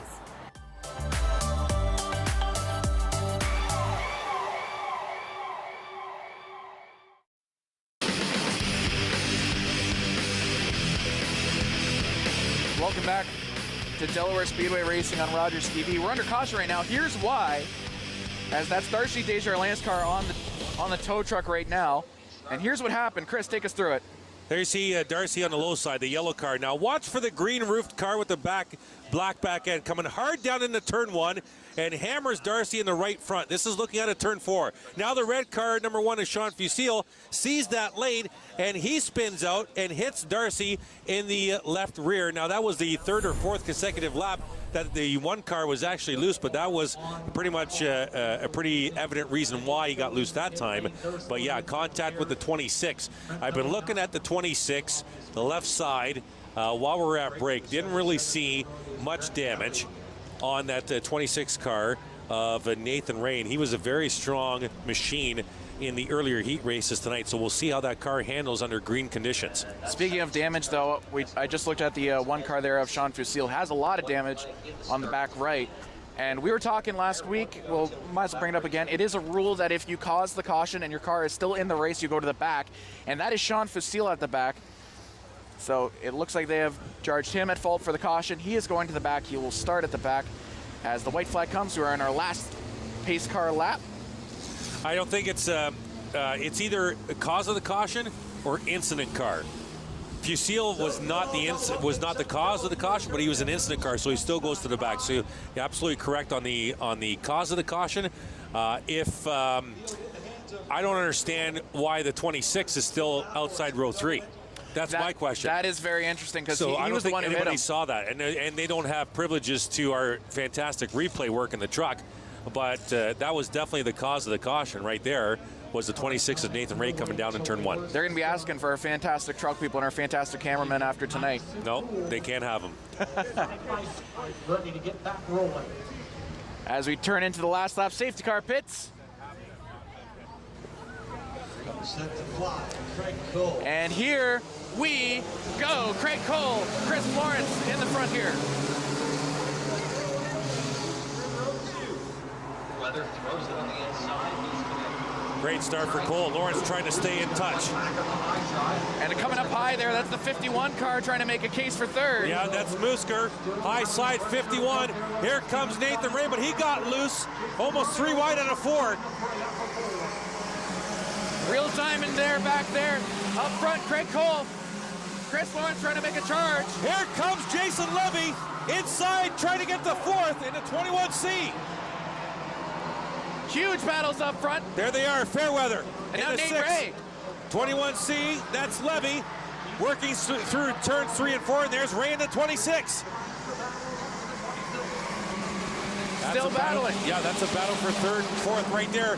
And they almost touched Fairweather and the 21C of Levy. A lot of trouble up there. Everyone close, no room to breathe. This could be chaos. Great run, Fairweather inside, side by side for 3rd with Musker. Can they get through? That's going to be real close. He's basically scraping the wall at this point. Levy's going to dive in there and go 3 wide into turn 1, but backed out late. Not giving an inch at all is Fairweather, pushing him right up to the wall. 21C of Nathan Levy's got some great straightaway speed. Wants to go 3 wide, but can't. Fairweather's going to push Musker up the wall. Dive bomb. And that's Levy who got the best out of it. Cole, Lawrence, Musker, Fairweather. Levy, your top 5. There's going to be a lot of movement there on your screen for the next couple of laps. Everyone's real close. Cole's still putting a bit more space between him and Lawrence. So that one could be a bit closer. We're halfway through, 12 laps to go. Cole, Lawrence, Levy, Fairweather, Musker, Ray. That's your top 6 or top 5. I believe Wims is trying to make a case here as well on Ray, and we got a yellow. Caution on the Speedway. And we got a car high in turn 4 stopped. There he is, the 88. It's Katie Starrett. My apologies, there she is, the 88. I didn't see what happened there. Katie Starrett might have just got loose and lost it. One of the 2 Starrett racing cars in this race. Neither has really had the pace today. As we have a flyby helicopter over the track. The flyby is about 2.5 hours late. Pretty low helicopter there, going right over our broadcast position right now. Oh, he's doing a turn too. Yes, very, very close flyby. You can hear it in our mics. So we're under caution here, 12 to go. First of 4 features here at Delaware Speedway, Joey. It's been an exciting bone stock feature thus far. Absolutely, and you know who this is really helping is Chris Lawrence, because Chris Lawrence has had some great restarts today. And Craig Cole, who has been leading flag to flag, is going to be under pressure once we come out of break. There you see the chopper. More Delaware racing coming up next on Rogers TV.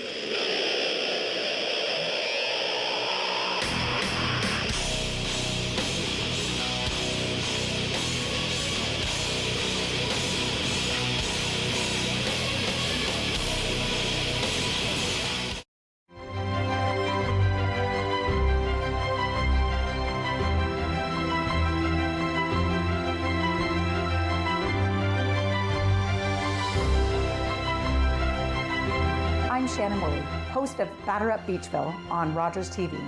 Join myself and Doug Harris as we learn more about the first recorded baseball game in Beachville.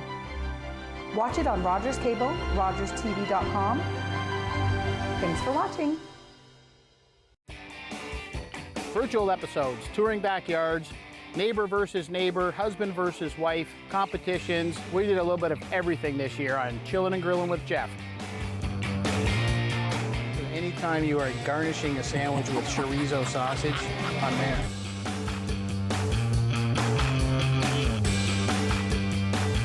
Chillin' and Grillin' with Jeff, Thursdays at 7:30.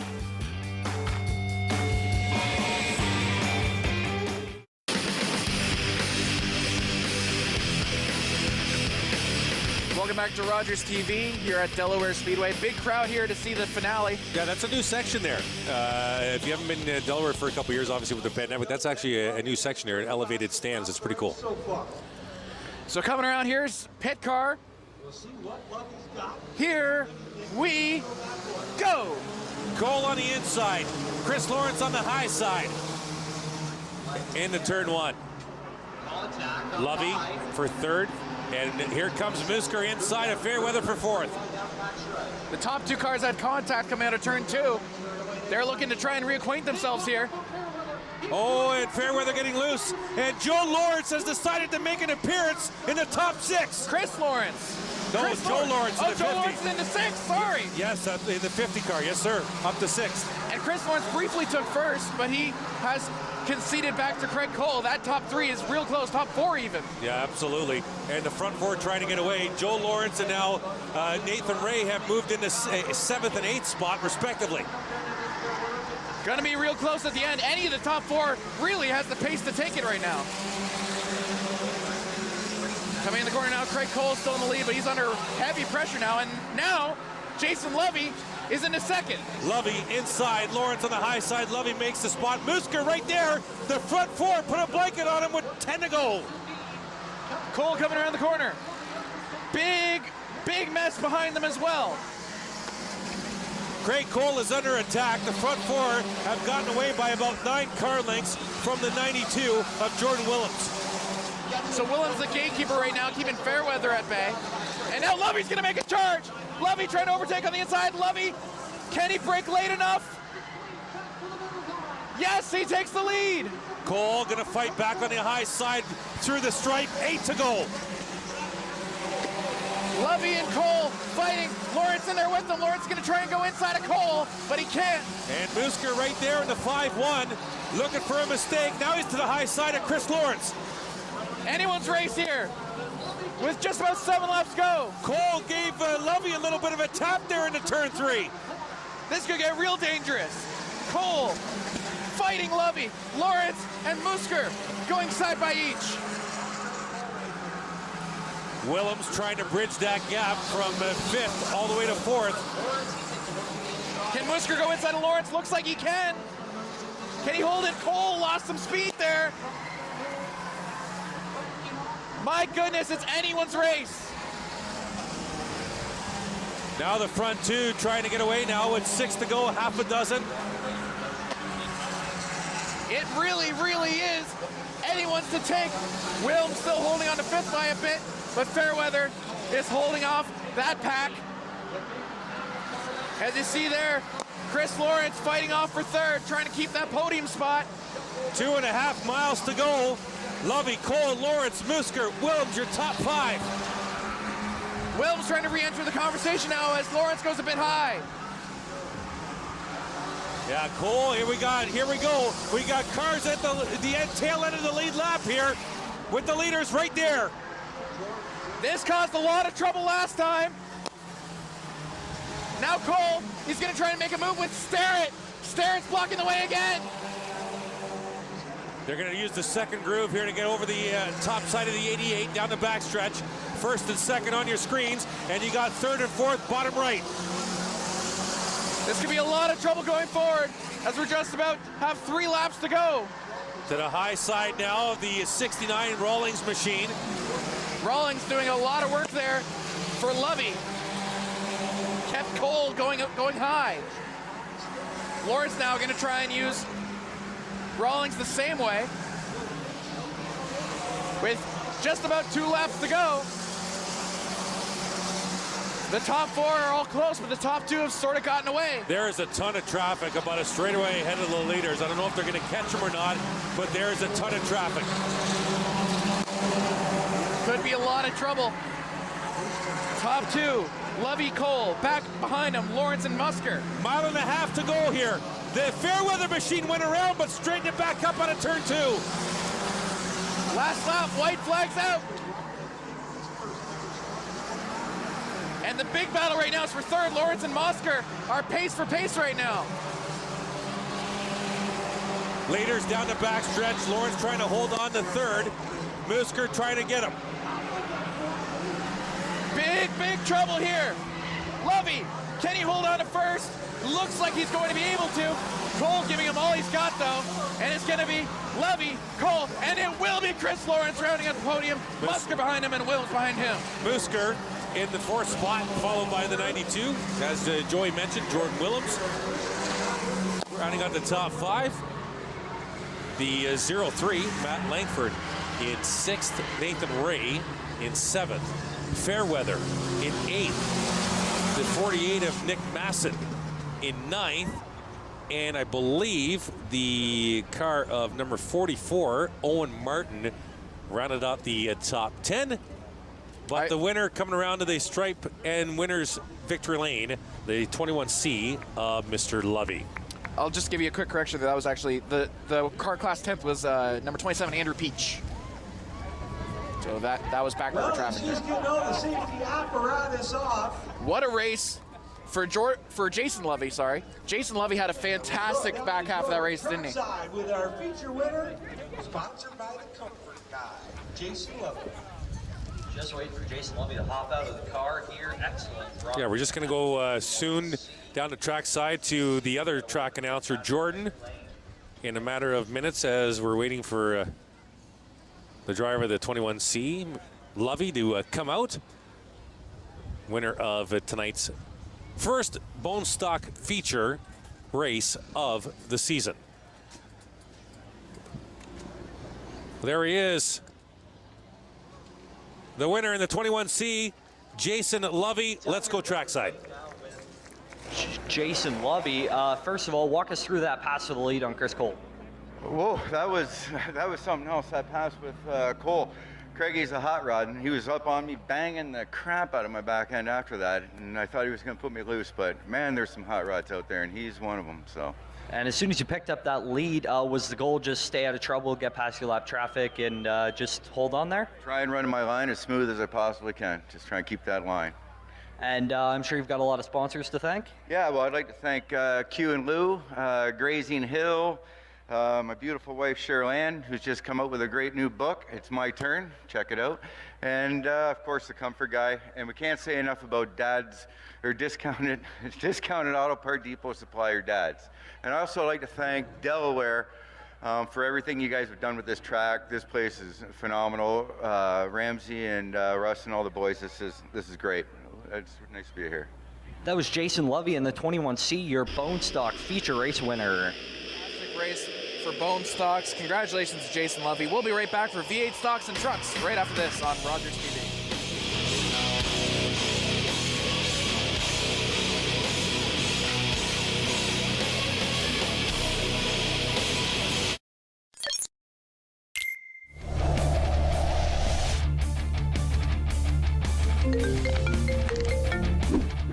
know. Yep. Okay, I'll be there.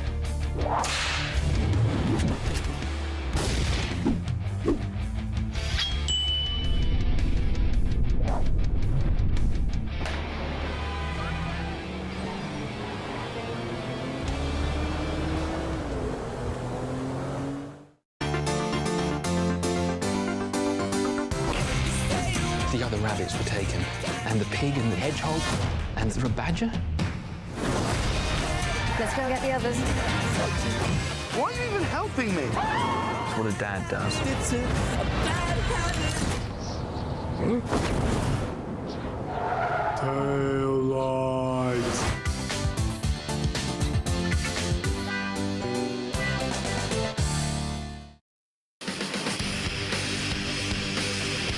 Welcome back to Rogers TV. I'm Joey Langdon, joined alongside Chris Soares. We're about set to get started here. V8 stocks and trucks together. Should be a very, very interesting race.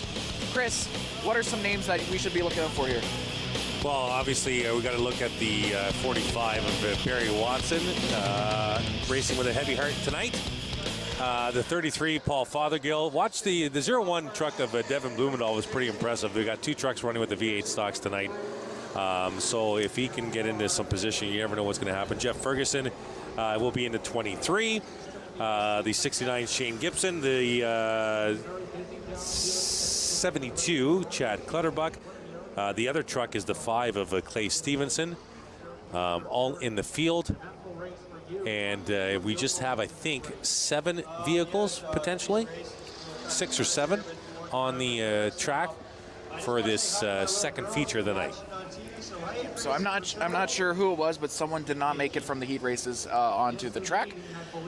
So that's Barry Watson, Paul Fothergill, Kyle Mesenberg, Devin Blumendahl, Clay Stevenson, Chad Clutterbuck, and Jeff Ferguson listed for this one. We will focus more on the V8 stocks because they are going for the most points tonight. There's 5 of them. So we're still in yellow here as we start to sort of slow down. We were talking, the Clay Stevenson car had a lot of trouble in the heat races.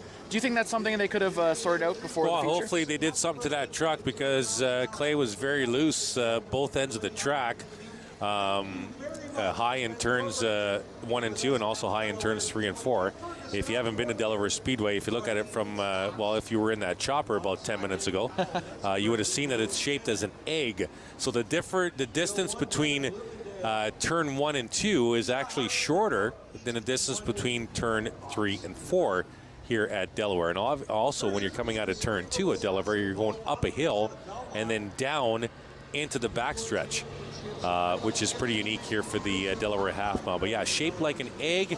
Obviously you want to have the best type of setup on the car for either if it's corner entry or corner exit or straightaway speed.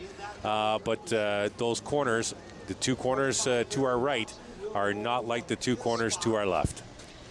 So we're just about set to get started here. As mentioned, that's the Jeff Ferguson car on pole. And the Flying Dutchman, Devin Blumendahl, sitting qualified 3 in the truck against the V8 stocks. And that's going to be a lot of trouble for Barry Watson because those trucks are really hard to pass. Yeah, it was an inversion of 5 because Barry won the heat race followed by Fothergill, so it was an invert of 5. Ferguson will lead him to the green. Pit car is in. Here we go.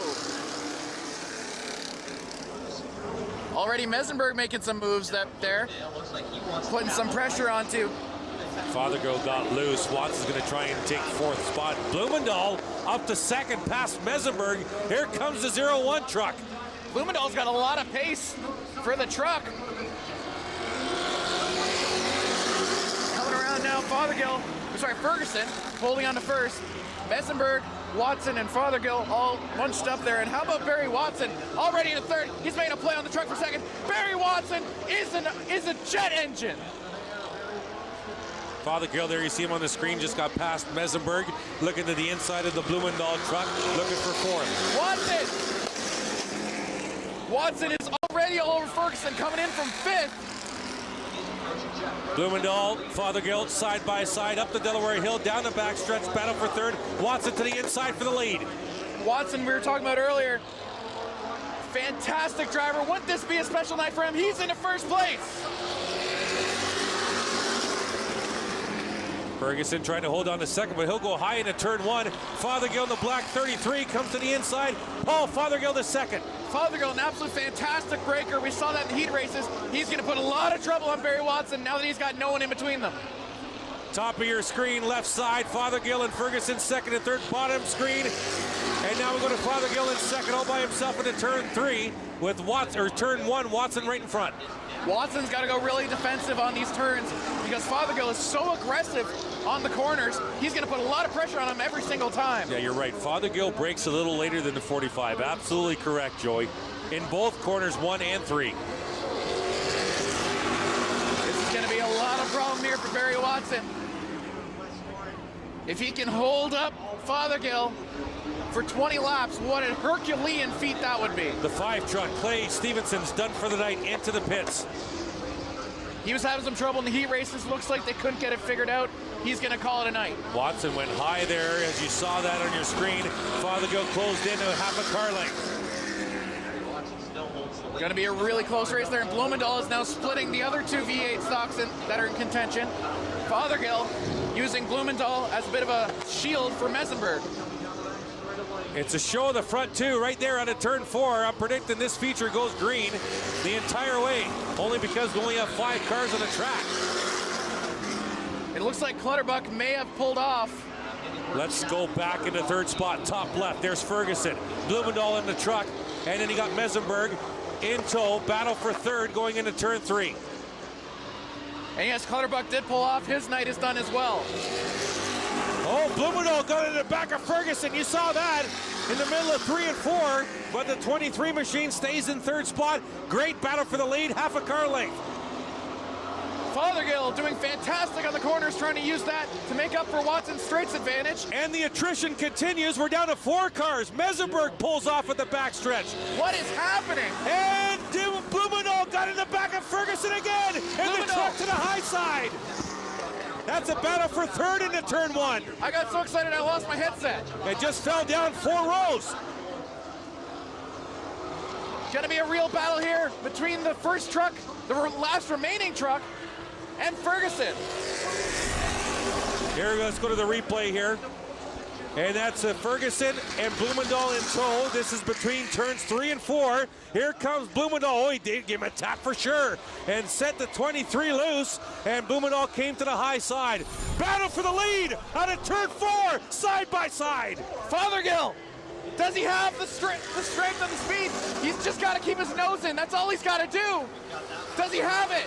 Oh, Watson, what a fantastic turn. Watson out of the turn, great corner exit out of there, side by side down the back. They're still side by each. Fothergill. Oh, he's outbraked that time. Watson able to come in on the outside. Fothergill with the advantage out of turn 4, new leader this time. Fothergill trying to hold off Watson now. This has become a head-to-head showdown. This is all you got. Fothergill and Watson the rest of the way. Watson wants this win so badly, doesn't he? We're halfway, and Watson does not want Fothergill to get too far away. Third and fourth separated by 5 car lengths. The battle is at the front. This is going to get interesting.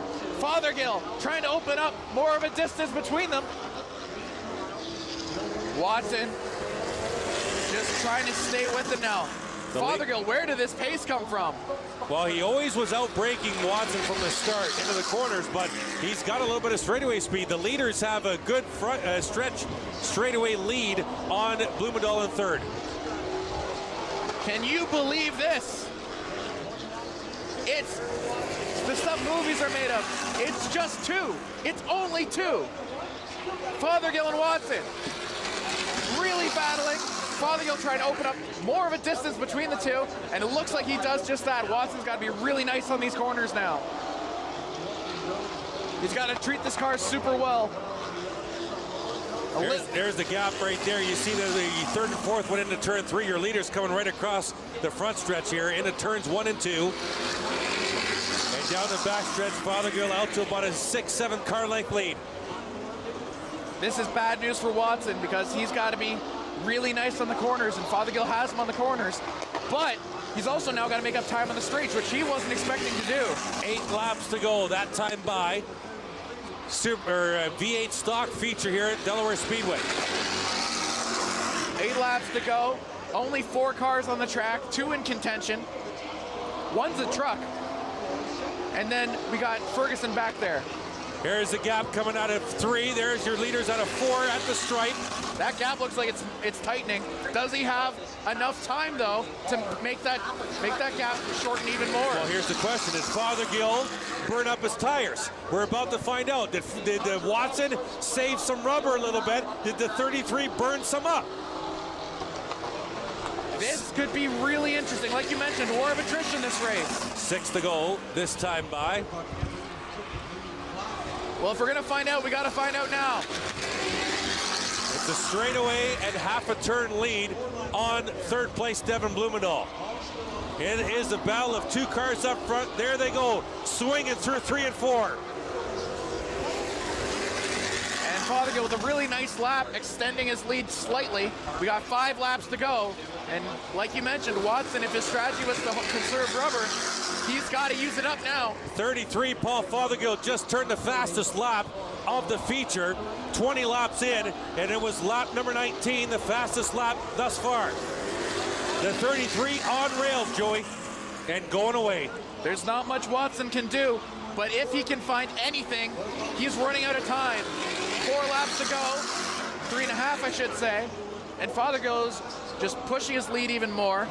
Behind them, Blumendahl's got about an equal-sized lead over Ferguson. Yeah, both battles are pretty much identical. It's about a 7 to 8 car length lead between 1st and 2nd and between 3rd and 4th, and they're half a lap apart. And the reason you don't see Blumendahl on the ticker is because he is a truck, so technically running a different series, but still, what an impressive run from him. A truck staying ahead of a V8 stock. And there's Ferguson. Fothergill hits the stripe now. Blumendahl just into turn 3. That's the difference between 1st and 3rd. 2 to go. 2 laps to go. If Watson's got anything left, he's got to do it now. It's got to be something dramatic.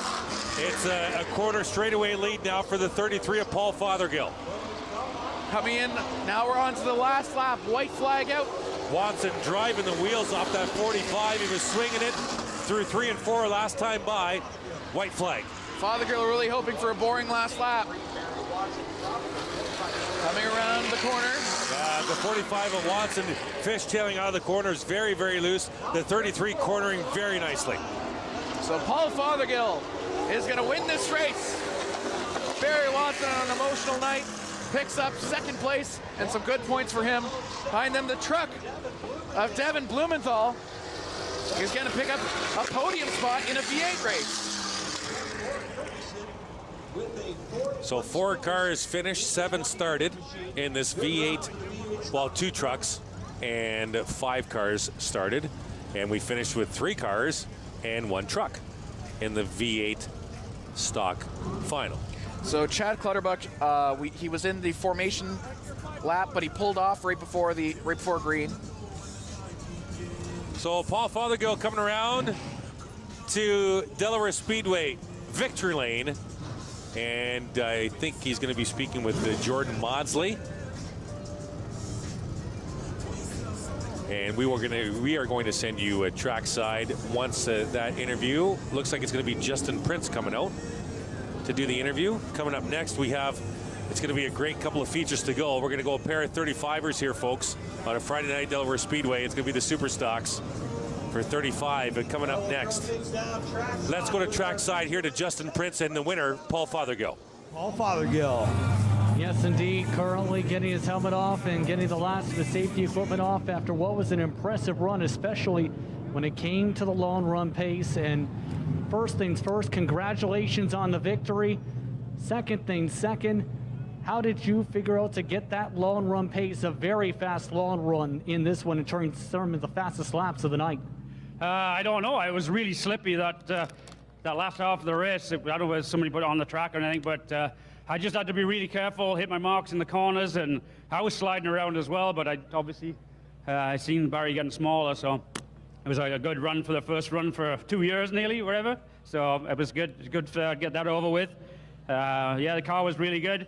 Thanks to the guys here. They work on it and get it into the track, so thanks to them. And thanks to Dr. Edda's Property Maintenance for sponsoring this group. And thanks for all the crowd to come out. It's been good. It's missed you for 2 years nearly. Thank you very much for coming out.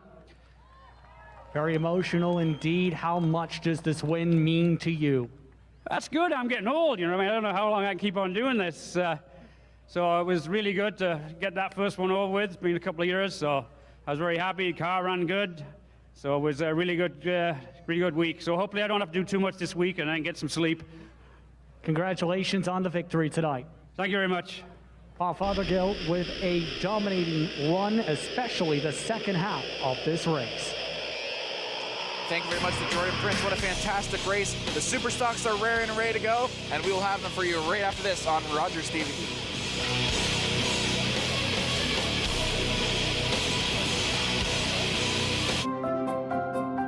For more information about the vaccine and eligibility, visit healthunit.com. To book an appointment, call the number on your screen or book online at covidvaccinelm.ca.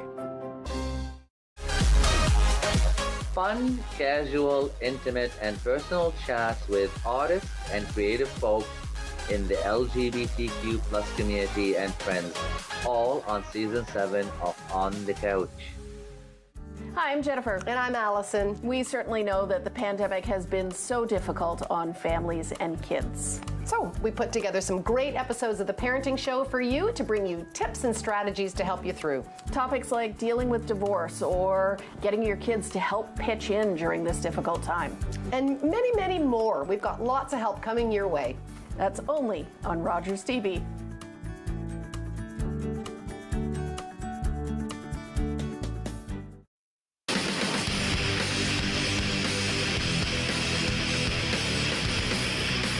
Welcome back to Rogers TV. I'm Joey Langdon, joined alongside Chris Soares.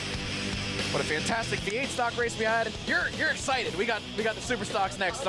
I'm excited because I can't wait to see what one-liner comes out next. You must have want to brag. Oh, we got Jamie Mosley. What's going on, Jamie? We got a live report here. 93, DJ Kennington. We have the DJ Kennington, the 93 of the late model, coming up in the late model feature. That's an actual live ticker that just happened. Live ticker that just happened here at Delaware Speedway.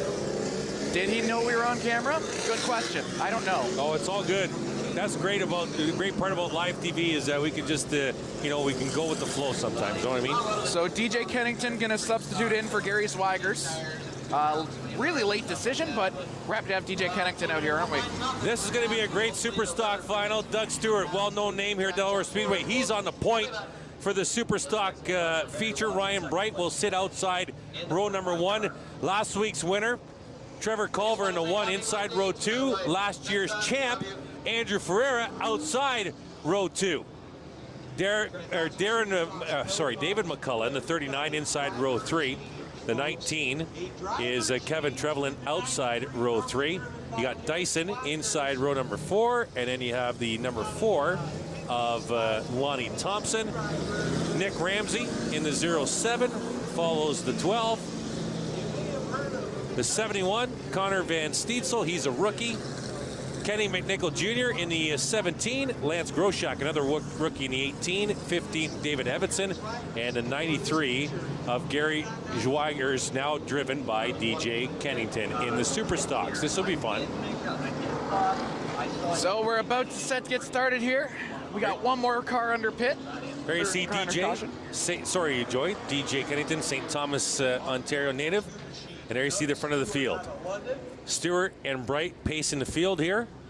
Super Stock feature on a Friday night Delaware Speedway. Thanks for tuning in, whether you're at home or you're online on YouTube. Thanks for joining us. Week number 2 of Rogers TV's return to Delaware Speedway Racing. Whether you're on RogersTV.com or on the Rogers TV YouTube page or watching us on Rogers TV on your television, thank you so much for joining us. Yeah, I think I just said that. I wanted to get RogersTV.com in there. Okay, there you go. All right, looks like we're going to go green this time by. Going to be a lot of fun. This is going to be a really interesting race. Trevor Culver is going to be really rare in getting the number 1 spot. Safety car's in, Here we go.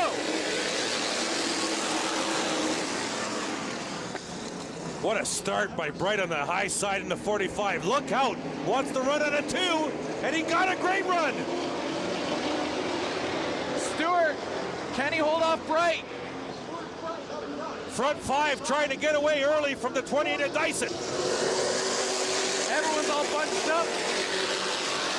McCullough looks like he wants to take a run in there, get to a better spot. This is a key point here early. If the 9 of Andrew Ferreira can stay on the high side of Culver, and Culver gets slowed up by the 2 of Stewart, you can see Andrew Ferreira maybe advance on the high side. Stewart actually went high, and that slowed up Andrew Ferreira. There you see the race for third, top left. It's the 2 of Stewart, Culver in a 1, Ferreira in a 9, 39 of McCullough down the backstretch. Ferreira and Culver, I had those two as the favorites. They're really battling now for third. And Stewart trying to hold him up in second. Bright is licking his chops. He's sprinting away in first. Yeah, Ryan Bright wants to get out of here. Andrew Ferreira, a little bit of an advantage on Culver into turn 1. There's the leader, all by himself. Behind him is Stewart trying to get away from Ferreira and Culver, who are absolutely battling. McCullough's got something to say about it too. Ferreira, top left screen, edging out Culver. That's for third. Back to the stripe. And he's going to clear him into turn 1. Great show of strength from the red number 9. Culver's not done with him yet. A little bit of contact. Oh, McCullough's in a lot of trouble. Here comes McCullough trying to make it 3 wide. There wasn't a ton of room, but McCullough somehow find it.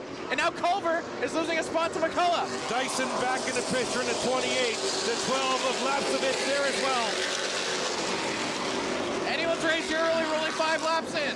All of a sudden, Doug Stewart has found another gear in the blue too. And he's trying to bridge the gap between Ferreira and the leader Bright. Big gap right now. Can he figure it out? And McCullough is getting free of Culver. Culver's not going to be happy with that. He won last week in the Touring Series. You know he wants to win in the weeklies. There's Stewart in the blue deuce, all by himself in second, top left of your screen, the leader entering turn 3.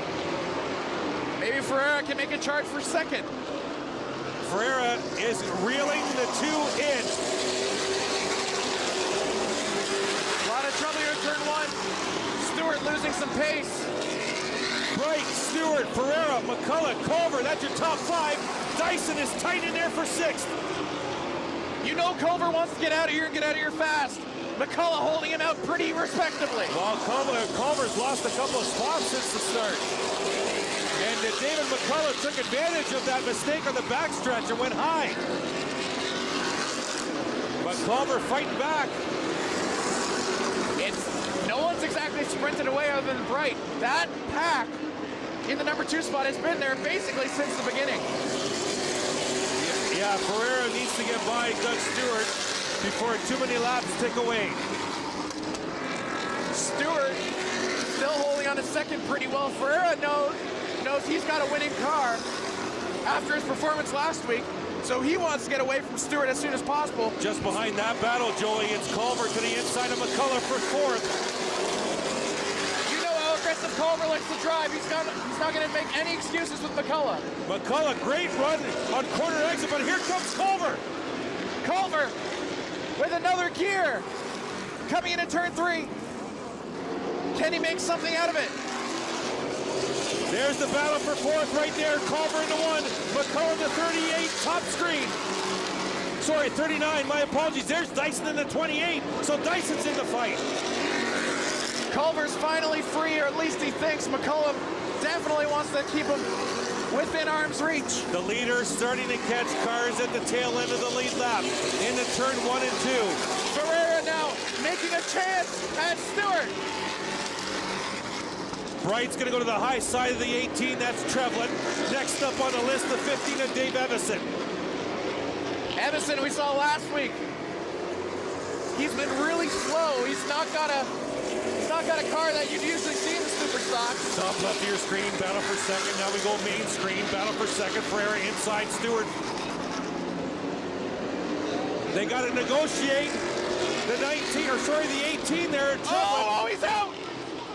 And Culver got hit, and again, Spinola, everyone's out. Ferreira's in it, Culver's in it, Trevlin's in it as the car at the tail end of the lead lap. And we got caution on the Speedway, and two of the biggest contenders in the division got caught up. Ryden Lapsovich went up there, and you know that Andrew Ferreira is going to say, I was ahead of Ryden Lapsovich. But did Ryden Lapsovich escape before the caution came out? Let's go to the replay. Here's Ferreira in the 9. Stewart in the 2. There's Trevlin just ahead of him. He's at the end of the lead lap. Culver in the 1. Ferreira tries to go 3 wide into 3. That's not going to work at Delaware. And the 18 will go around. Stewart got a piece of that. Culver in the 1. And Ferreira slides up into the nose of the 1 car. So damage on a few cars for sure in turns 3 and 4. Real heavy damage on the track right now. So it's gonna be a bit before we get going again. Yeah, some sheet metal. The crews are gonna clean that up. They gotta clean up the, I think there's a car. Oh no, there's no car in the apron. It's just sheet metal. Let's have another look. This is going into turn 3, coming out of the backstretch.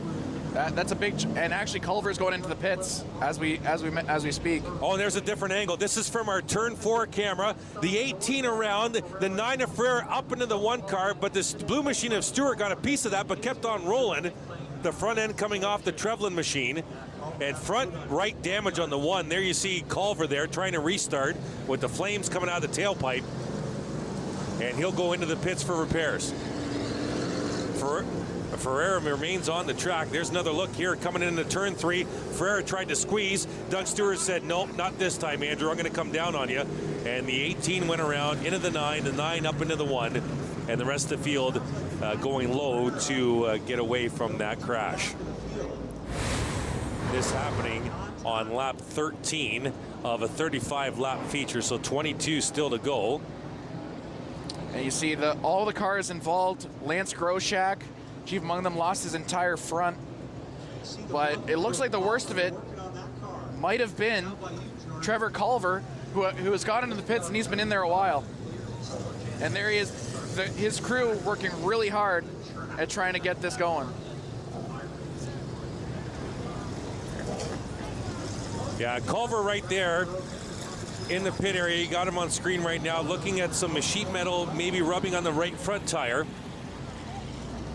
I think they might have taken off the hood. I'm not quite sure. A little hard to see, but definitely looking at the right front of that number 1 machine and seeing if there's any a potential tire rub and damage to the inside that fender area to see if the 1 can get back up, because you know he can make some more points too. He might not be able to win the race, but he can get it back on track and might be able to pass some cars if he has good speed still and still gain some points.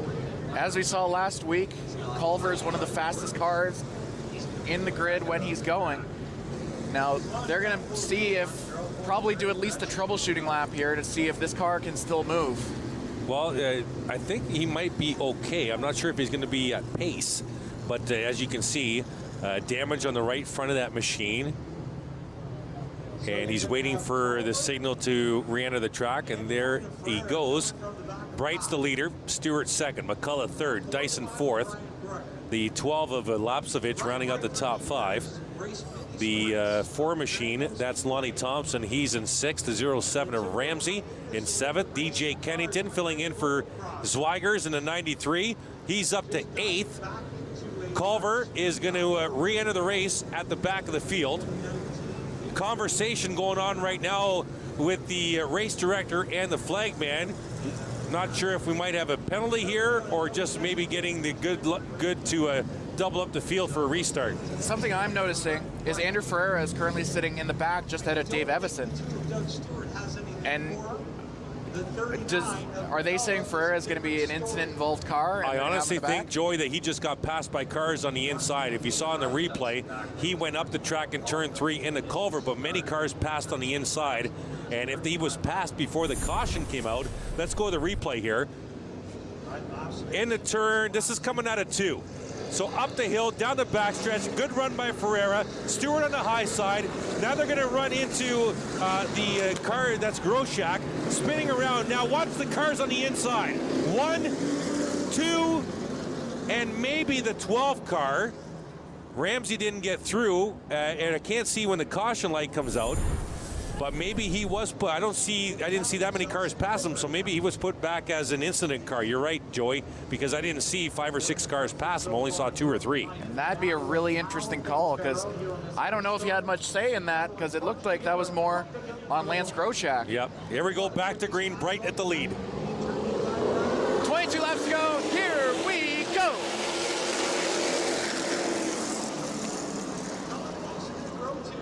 It'll be interesting to see the level of urgency by the 9 of Ferreira and the 1 of Culver.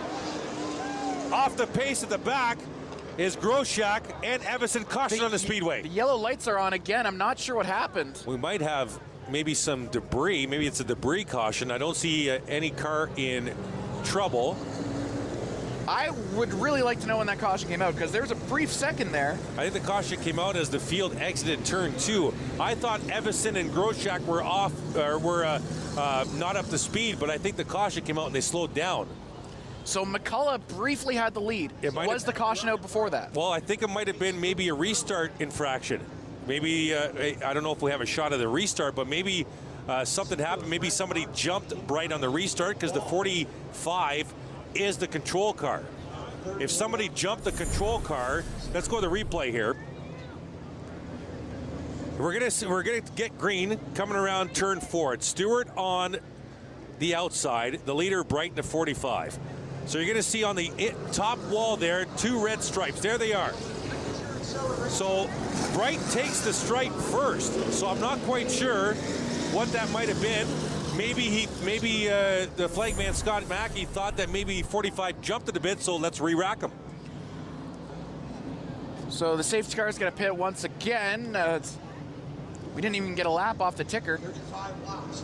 22 to go. Bright on the lead. Stewart on the high side. McCullough inside row number 2. The car I really want to watch is McCullough, because he was really with them on that last restart. And if he can do it again, that 39, the red car on the inside of McCullough, if he can get another great restart. I'm watching Ferreira and Culver to see if they can get through this field. Here we go.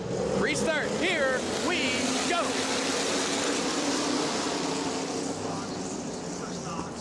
Bright keeps them side by side.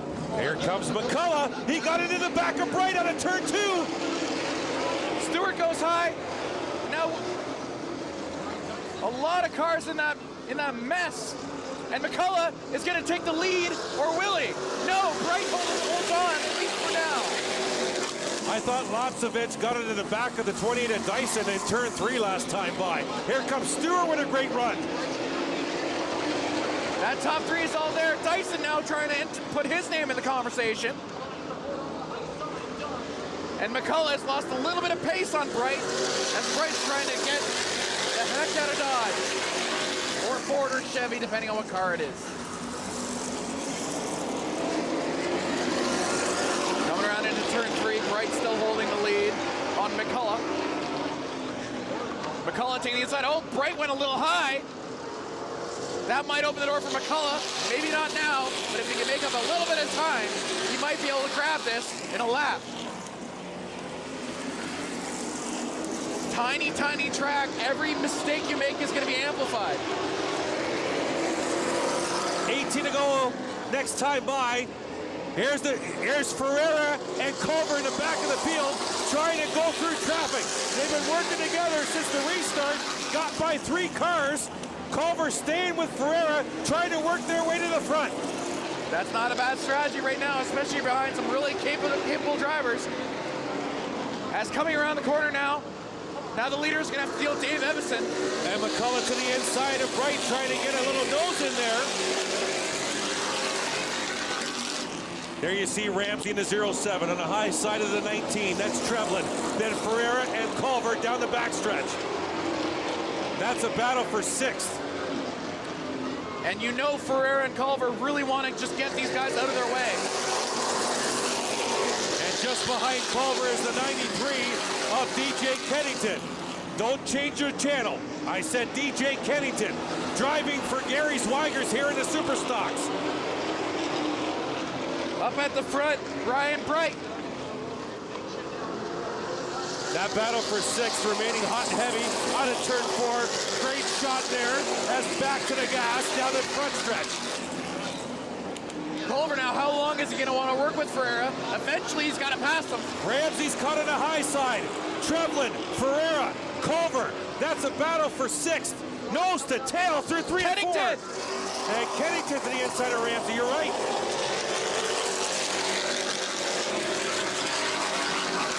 All 4 of those cars can make a case for catching the lead car. Ferreira to the inside of Trevlin. Culver wants to get to the inside of Ferreira. Now they got clear track. You want to see how fast these two are? We're going to find out right now. The alliance is over. They're going for it. They got clear track ahead of them. 22 on the board, 13 to go at the half mile. Culver to the inside of Ferreira down the backstretch. Meanwhile, at the front, Bright still holding off McCullough, and Stewart doing an admirable job in 3rd place, holding back. That's Ryan Dyson. And Ryden Lapsovich, not Drayton Lapsovich, that's Ryden Lapsovich, sitting in 5th. Nice and pretty right now as Culver has some pace now. Culver, from the dead, is making a charge with 10 laps to go.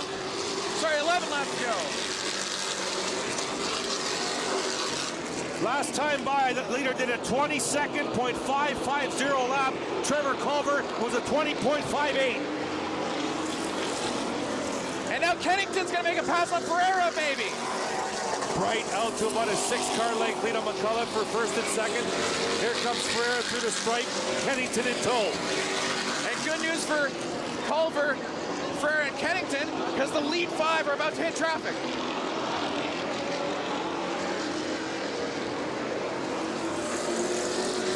To go, super stock feature at Delaware. McCullough, Bright slowing down. McCullough's really closed that gap, hasn't he? McCullough, great run on a turn 2. Bright in the 45. David McCullough in the 39. These two have about a 9-car length lead on 3rd place, Doug Stewart. Culver's the Undertaker. He's coming back. He's got him.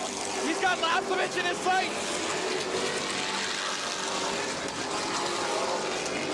Stewart, Dyson, Lapsovich, and Culver.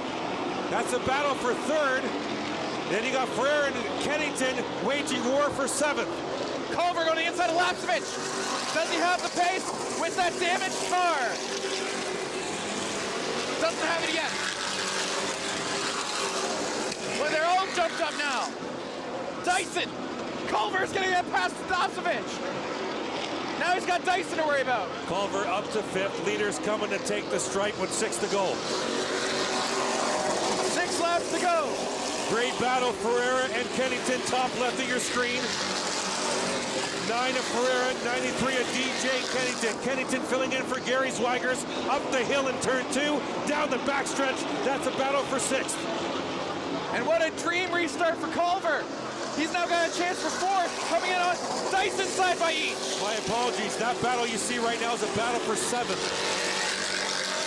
5 to go.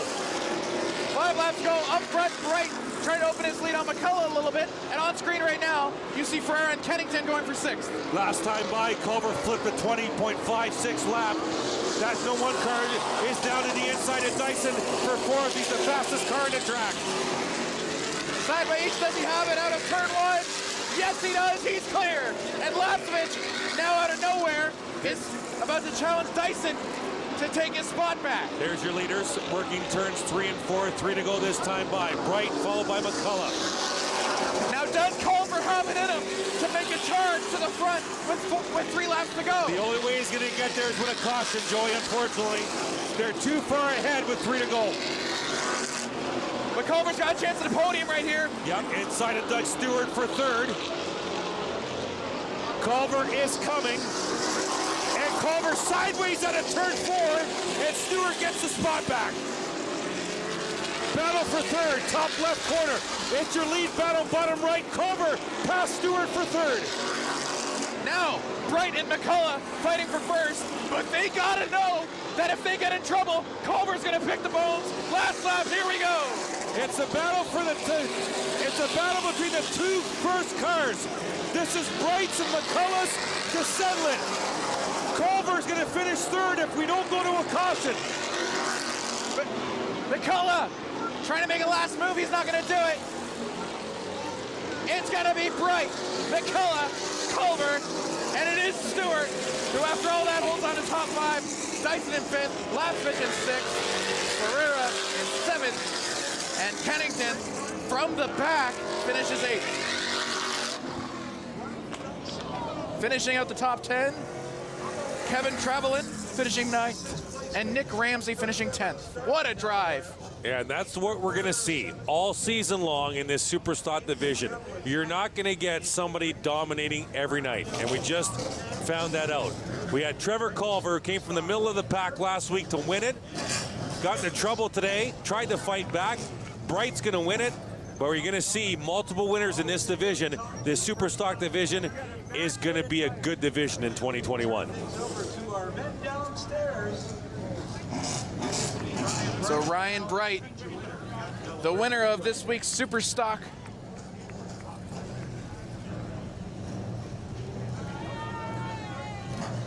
So we're going to send this trackside in a couple of seconds. We're going to go to Jordan Maudsley, who's going to do this Victory Lane interview. As you see the late models, the final feature of the night, taking to the track for a 35-lap tilt. And we'll wait for the super stock feature winner, Ryan Bright, to get out of his number 45. And will be interviewed by Speedway announcer in the pits, Jordan Maudsley. Soaking it in down there. And getting unbuckled, I'm sure. Might be hot in the car, even though it's cool outside. And here he comes, Jamie Bright, your super stock feature winner. Let's go trackside for an interview with Jordan Maudsley.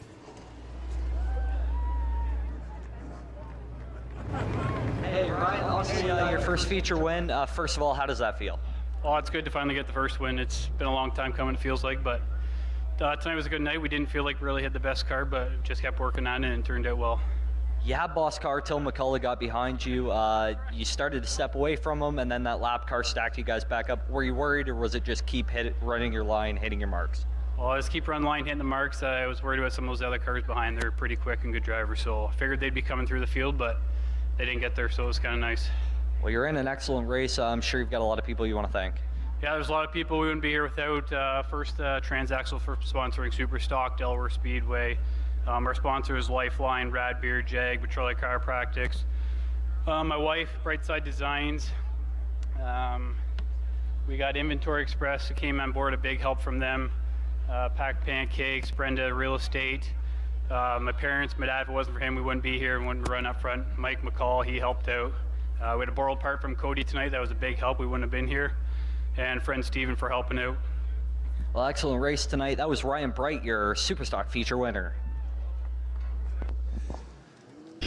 That is the winner of the Superstock feature tonight in the 45. That was Ryan Bright. We're going to step away. When we come back, the final feature of the night, a 35-lap stint from the pro late models here from Delaware Speedway. It's Delaware Speedway Racing live on Rogers TV.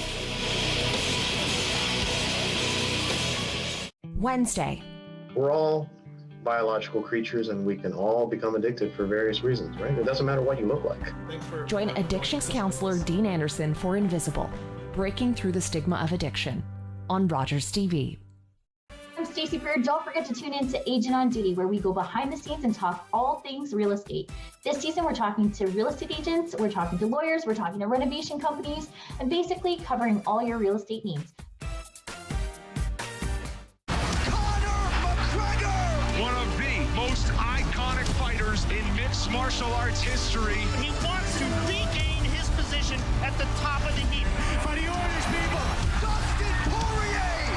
He really does want to be nothing but the best. He has beat world champions. He's here to get his hand raised. The hottest ticket in UFC history. The king is back. Let's go!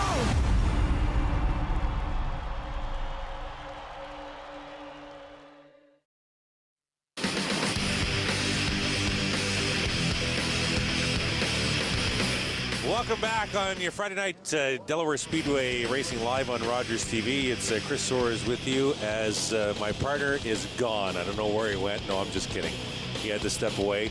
just coming back. We're getting set for the 35-lap feature. Pro Late Model is your final feature of the night. Jake Sheridan in the 52 car. He has the pole position for this feature as we get them rolling on the Delaware half mile. A couple of pace laps, and then we'll get them all formed up. The 22 Marshall Schrank will start second, followed by the 73 of Cole Powell, 69 of Lloyd Rawlings. Then we go to the 13 of Jaden Chapman, the 51 Matt Robley, the 18 Patrick Friel, the 03 Ray Morneau, the 77 Darrell Lake, 96 of Mark Jacobs, and the rest of the field here. Jay Durer, well-known racer here for race fans. He's in the field in the 43 machine. The 88 Rick Verburn. At the back of the field will be the 19 machine. Oh, sorry, the 18. No, I don't have a 19 machine. Joey's back with us. Do we have a 19 name for us, please? Hello, I will check. I am just getting it up right now. The 5 is also in the field. That is Peyton Jacobs. The 19 is Connor Pritico. My apologies. I should have known that. The nephew of Matt Pritico. He'll start at the back of the field. He'll start scratch as we get set to get the late model feature, the final feature. And it's been a great night thus far, Joey, that's for sure. Absolutely. It's been a fantastic night. Every race has had at least one instantly classic moment as we get set here for the late model, which is sure to be one of the most extreme races we got as the wind continues to swirl around down at track level especially. It's a really cool night here, cool July night as we are about to get set here. Yeah. Cool temperatures means a grippy track. They're going to get doubled up here. Give me your pick. Pick one for me. Oh, give me a moment. I'm going to go with the number 13, Jaden Chapman. All right. I'm going to go with the 73 of Cole Powell. Starting inside row 2. He was very, very racy in this heat race. Your pick starting right behind Powell. Inside row 3. There you see Sheridan. He's on the point. He's the control car. Another one to watch, Matt Robley, who had a fantastic heat race, didn't he? I thought we were only picking one. Well, he's not my pick. I'm just saying he's one to watch. Okay. You picked the 13. Exactly. All right, we're going into the last pace lap here. Anything final we should be looking for here before we get started? Well, looking for Jake Sheridan to get a great start. The key for the 73 of Powell is to time that Sheridan start as best he can to maybe get to the inside of the 22 machine of Schrank and maybe get a quick spot to get up to second as the lights are off the pace car here as we get set to go to green. So as they're into the base of the egg, as you call it,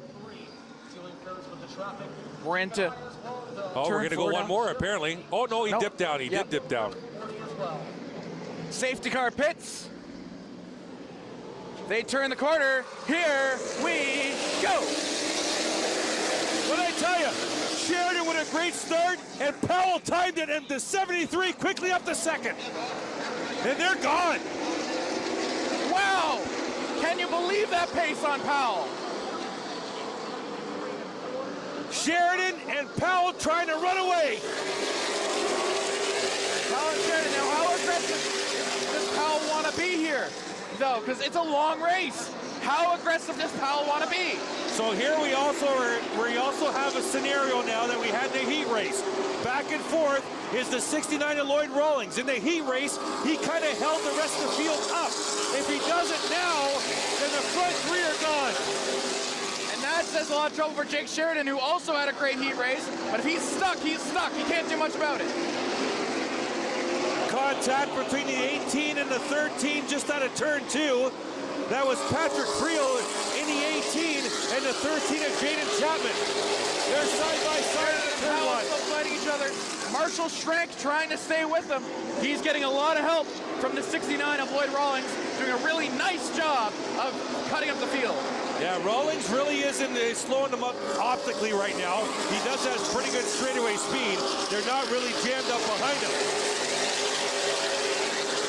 Still coming in really tough now. And Patrick Friel is going to have a lot of words with Lloyd Rawlings. The 73 of Cole Powell might have burned up his tires a little too early. He was all over Sheridan early, all over him.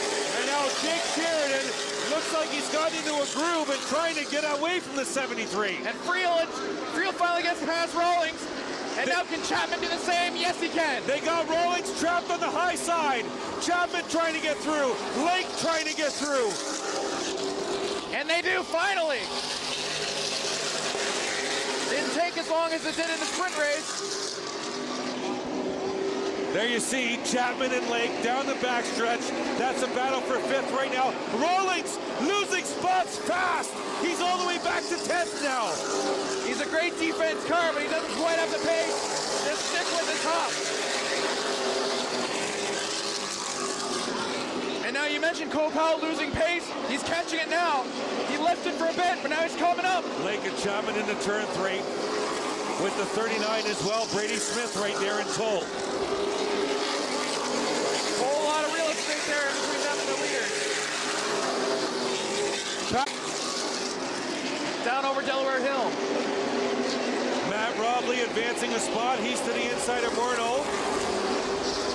That's a battle for 9th. There you see the 18 right across the stripe.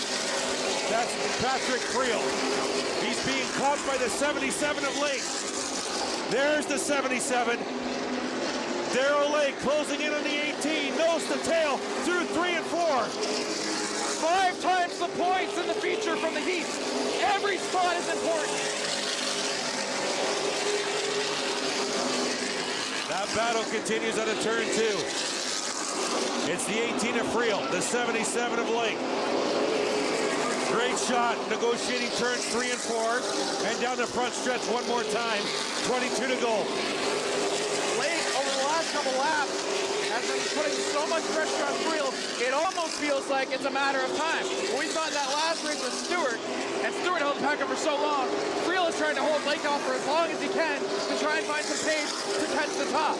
Now it's 22 to go. There's your leaders, top left corner. Sheridan in the 52, Powell in the 73. And we got our first negotiation of a tail lap, lead lap car. It's the 5 of Jacobs, about a half a straightaway away from the leader. Lake and Friel touched at the back there. Lake hit the back of Friel. They're going to be thinking about it the entire way through.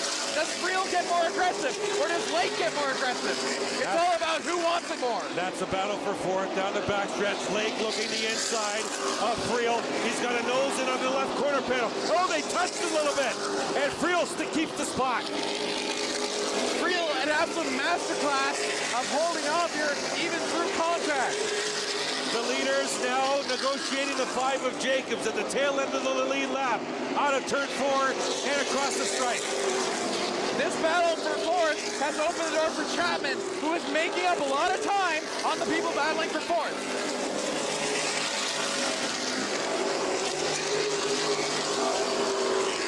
Up in 1st, there's Friel and Lake still for 4th.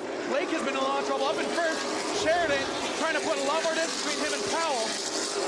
And Schrank trying to figure out how to catch up there as the number 5 car splits the field. Dealing with lap traffic at this level is a lot of trouble because there's no such thing as a super slow car. And we see someone pulled off. 17 laps to go. Sheridan the leader. There you go, out of turn 2 and followed by the 73 of Powell in tow. Now here's the thing. There's a 4-car battle just further than a straightaway ahead of Jake Sheridan. There's 15 laps to go, or 16 laps to go, my apologies. Remember Lloyd Rawlings? He might catch that battle for 4 cars in a matter of caution on the Speedway. Caution on the Speedway. I don't see anything, Joey. Oh, we got debris right below the flag stand. What happened Flagman there? Scott Mackey pointing at some debris on and there the it is track. on camera right now. Our there camera crew got it. I didn't see. I can't tell what that is. Might be a piece of the exhaust. Maybe a piece of the exhaust system. If we can figure out which car that came from, that might be a big trouble. That might even be a water bottle, maybe. Well, if it's a water bottle, then I mean, someone call Kimi Räikkönen because someone's not gonna have a drink. Okay, where's the bag? Where's your bag of one-liners? It's got to be empty by now, right? So we got debris on the front stretch. going to get picked up. What is that? Is that a water bottle? No, I think it is a piece of the exhaust. I think you're right. Yes, it is a piece of the exhaust. Absolutely correct. So the ever-famous debris caution hits Delaware Speedway on a Friday night. And that'll jumble the field for... So there's a lot of trouble here at the front. We'll talk about it more after the break. There's going to be some big issues here, right here on Rogers TV.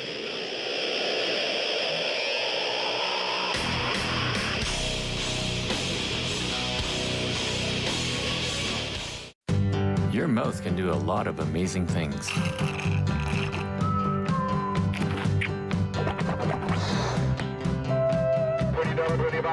And your mouth can save a life. Hi, I'm Tom Wong. I'm just one of close to 1,000 Canadians in search of a stem cell match. We need your help. A simple swab is all you need to register on the National Stem Cell Database. You could be the one to save a life. Find the hero in you. Wednesday. Alcohol or drugs are really not the problem. They're the solution to somebody's problem, and not a very good solution at that. The majority of addiction and substance use in society sits with the people next to you on the couch and not the person living in the street. And unfortunately, a good percentage of the population still thinks developing addiction is the person's fault. Join addictions counselor Dean Anderson for Invisible, Breaking Through the Stigma of Addiction, on Rogers TV.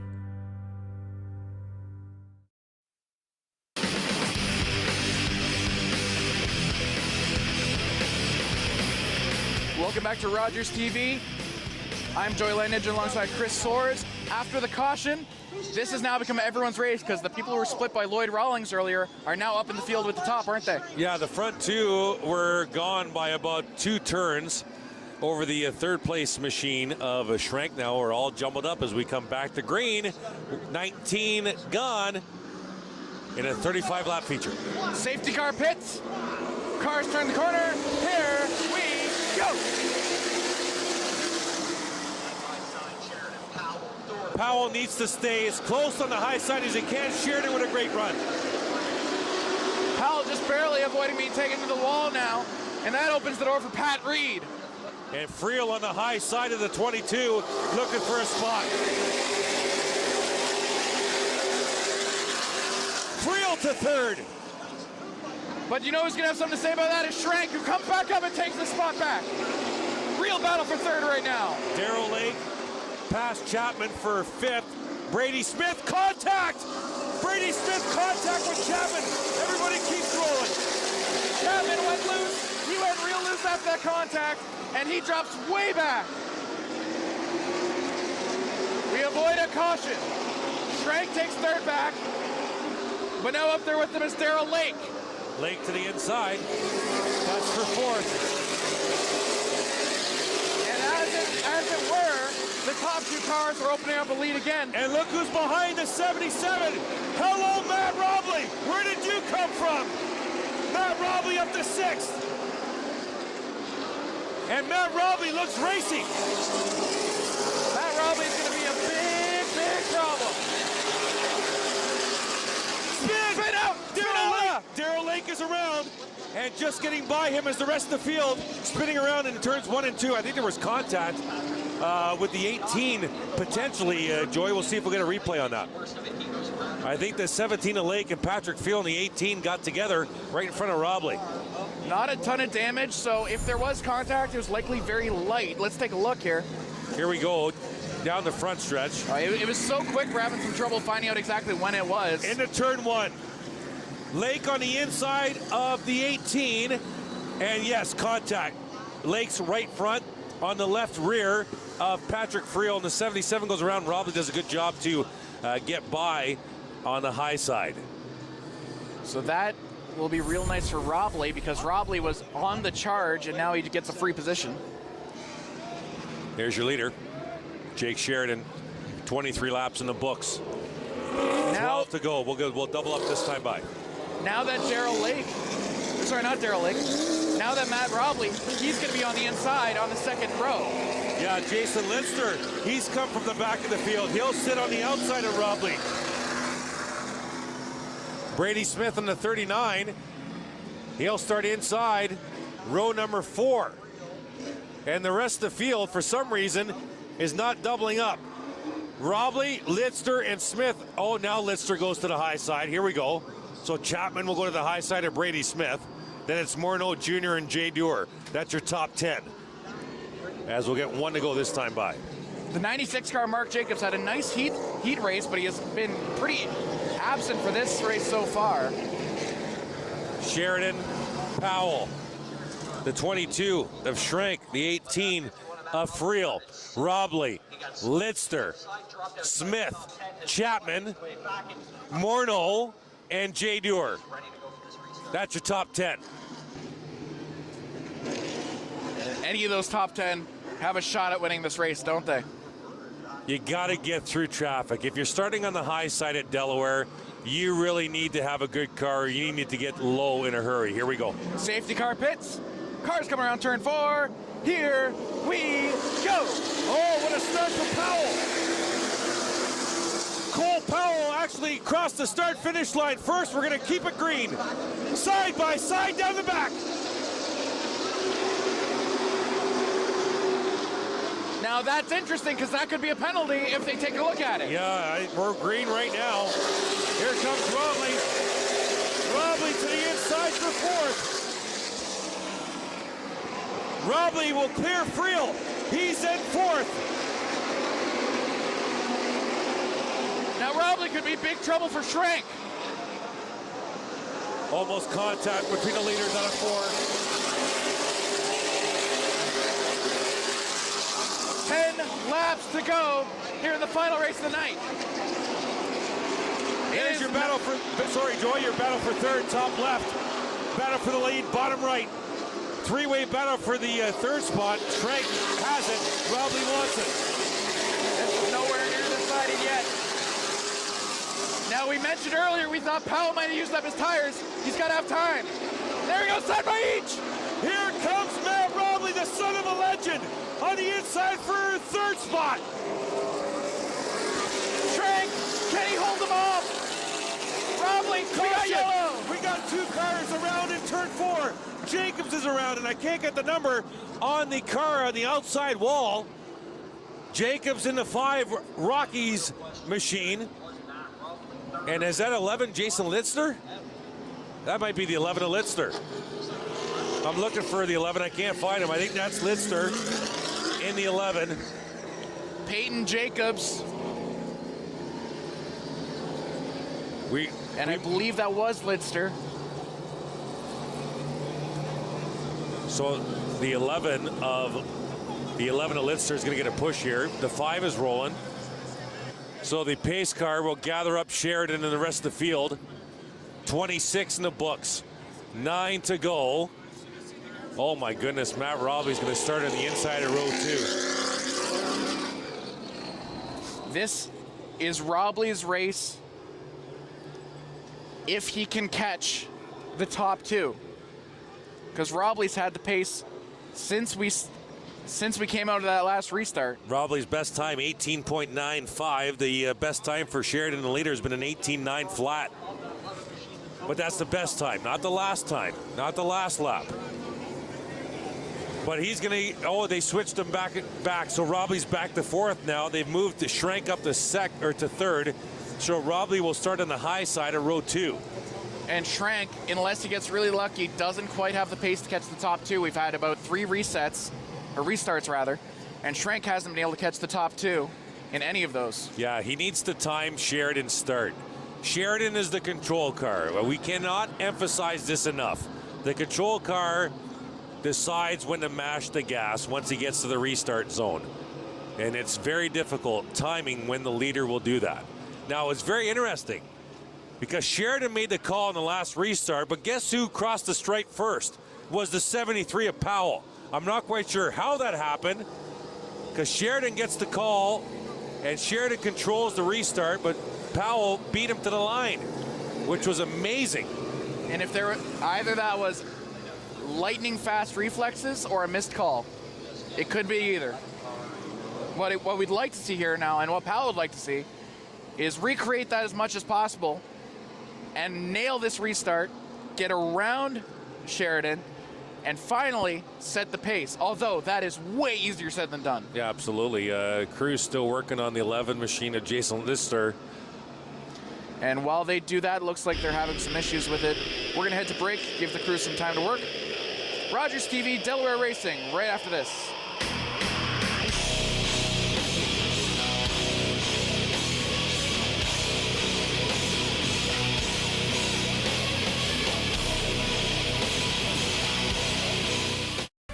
Hey guys, I'm Stacey Freer. Don't forget to check out my show, Agent on Duty, where we go behind the scenes and talk about all things real estate. This season, we have lots of real estate agents, we have lawyers, we have renovation companies. Do you think it is an actual bubble? Before someone's able to sell a home, do they legally have to have a separation agreement? Funnest thing that you've ever found showing a home. So if this is something that you're interested in, don't forget to tune in. New episodes air Wednesdays at 8 p.m.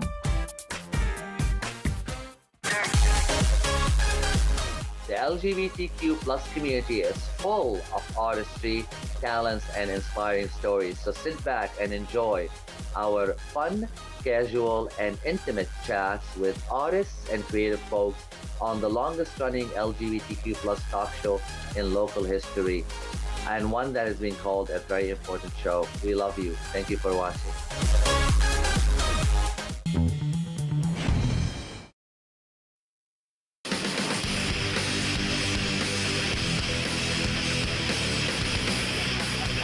Welcome back to Delaware Speedway as they are just getting Lidster's car off the track. Everything seems to be fine. I believe Lidster's okay. Our crew's done a fantastic job tonight. I just got to say, our crew's they've done such a great job, led by producer Chris Burgholz. I'm going to buy him a Grand Big Mac tonight. Last pace car lap. No, they have done. Seriously, though, we've had some great replays from different angles tonight. Fantastic job, all our camera crew and everybody in the truck. Yeah, our camera people have been absolutely on point today. You wouldn't know this is our second race here in about 20 years. This has been absolutely fantastic. Big thanks to everyone in the truck, everyone on cameras tonight, including our friend over there in the corner, who's had some terrific replays for us tonight. 9 to go, Sheridan at the point. Safety car pits. They turn 4. And here we go. Again. Powell beat him to the line again, but will Sheridan get him out of 2? Side by side again, down the back. Here comes Matt Robley. The 51s come to play. Robley, can he inject his name into what's been a two-man conversation all night? What a power move by Cole Powell on the outside of turn 4, makes the pass. Powell, is that a controversial night? Here goes Robley. Robley's come from the back to the front, coast to coast, like butter on toast. The two-man conversation is a three-man dogfight. Nose to tail, down the back. They got about 6 car lengths on 4th. Here we go. Powell, Sheridan, Robley. That's their battle. And then behind him, 6 to go. Frank Mordo. Half a dozen laps to go in the late model feature. This is gonna go down to the wire. Sheridan. Is it Robley? And Powell holds him off again. It's easy to catch him. It's harder to pass him. Robley is a fast car. No problem getting there, but now he's going to get by them. And not a lot of laps left. 5 to go, about to be 4. Powell. He's trying to open his lead a bit more. The top 3 are separating. Once again, you thank Matt Schrank for that. He's been a gatekeeper all night. There's your race for 4th. Top left corner, Marshall Schrank in the 22, and Ray Morneau in the 03. As the leaders are about 5 car lengths ahead of them. Out of turn 4. The battle for first. Sheridan closed the gap. Sheridan knows the tail. Oh, Sheridan had a great run out of 2 on corner exit. He's all over the 73. Robley trying to pick the bones. Oh, he got him loose. He got Powell loose out of turn 4. Just gave him a little bit of a nudge. 2 laps to go. gonna go down to the end. It could be any of the top three. Powell, Sheridan, Robley. And Sheridan trying to poke a nose in. Had to get on the brakes a little early there. Out of turn 4. Last lap. Powell, Sheridan, and Robley. It's going to be settled at the front with the 3. Powell, Sheridan, Robley one more time down the back. Powell, he's got to hold him off. It's right there. It's down to the last turn. Powell. Is it Powell? Get in there, Powell. Go, Powell. Oh, contact. Sheridan and Robley after the stripe made contact. Robley went to the inside after he crossed the stripe. Sheridan did not know he was there, and Robley got pinched along the inside pit wall, or inside the front stretch wall. I think Pat Friel was involved as well. I'm not quite sure why Matt did that. Watch after the stripe. The 51's behind the 52. Here comes the 51. They've already taken the checker. Sheridan's going to come down and contact. There was no contact with the wall. It was just contact between the two cars. I'm not quite sure why Matt did that as Cole Powell comes to victory lane. It's so unnecessary at the end there, but that does not take away from the fantastic drive of Cole Powell. Absolute picture-perfect restart, and he gets through at the end, and he's able to cruise into victory lane. Yeah, and it wasn't just a restart. The most impressive part of that pass was the fact he did it on the high side. Into 3.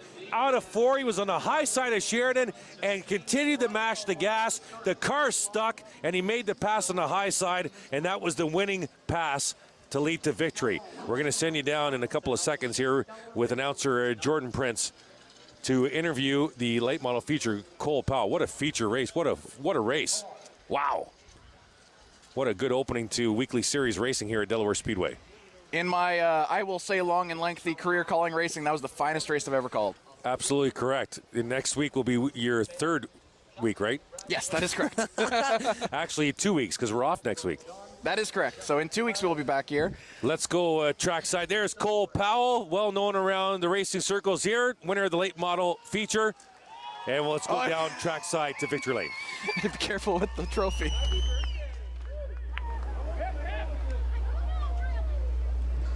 A big victory for Cole Powell. First things first, a stellar restart helped you get into this position. Talk us through that restart.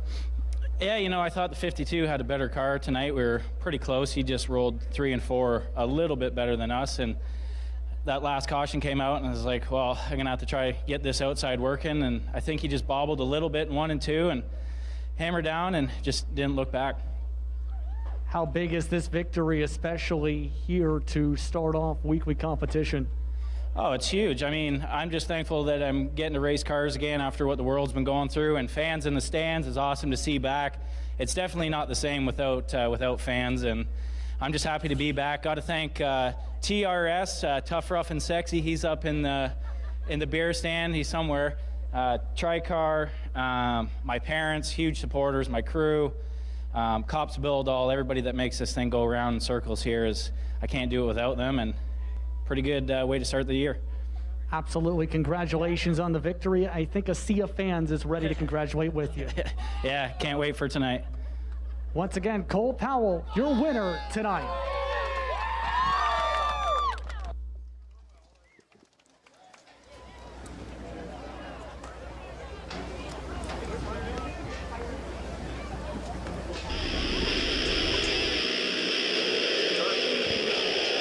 Fantastic race there from Cole Powell and everyone involved in the late model.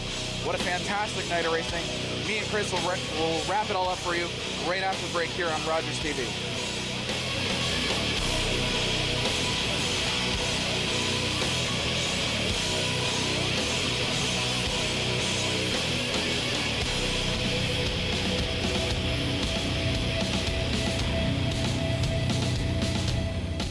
When an impaired driver killed my brother DJ, some people used the A word. They called it an accident, but it wasn't. An accident implies that no one was at fault. But when someone impaired by alcohol and/or drugs chooses to drive, they're fully responsible for the crash that can result. So please, for the memory of my brother DJ and the thousands of families whose lives have been shattered by impaired drivers, let's drop the A word. A crash caused by impaired driving is not an accident. I want to share something with you. This July, on Crave, we've got something for everyone. The latest releases. I'm gonna get what's mine. Award winners, including this year's Best Supporting Actor. Anywhere there's people, there's power. Hits for the whole family. And all new chapters in the series you love. You can't get this anywhere else. Crave.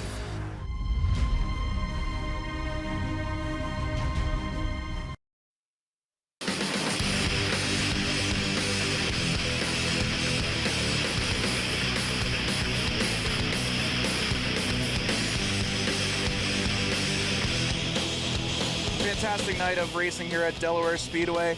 We'll have more for you after this on Rogers TV. Chris Soares and I will break it down for you right after this.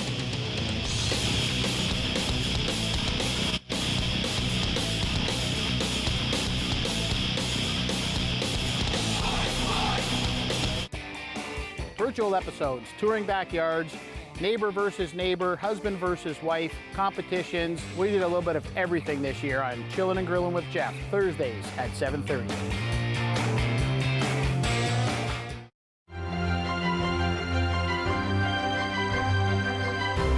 I'm Shannon Woolley, host of Batter Up Beachville on Rogers TV.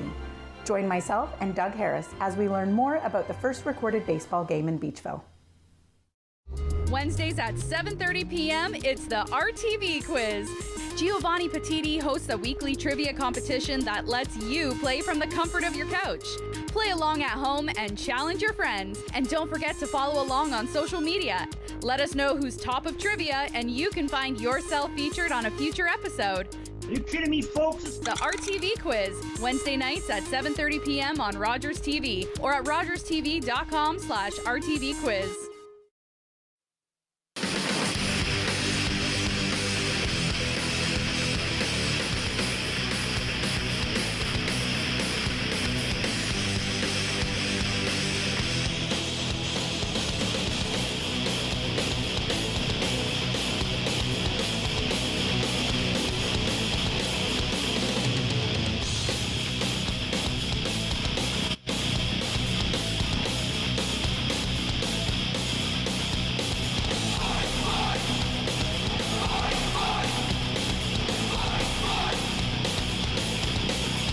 Fantastic night it's been here at Delaware Speedway.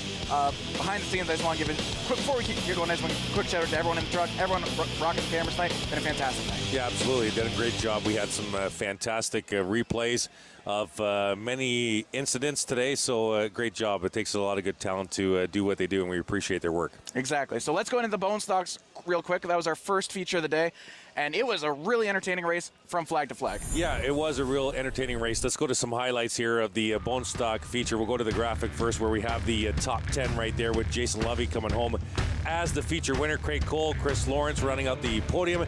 Musker, Wilms, Langford, Rhea, Fairweather, Masson, and Peach, your top 10 in the bone stock, and that was a fantastic feature with lots of action for sure.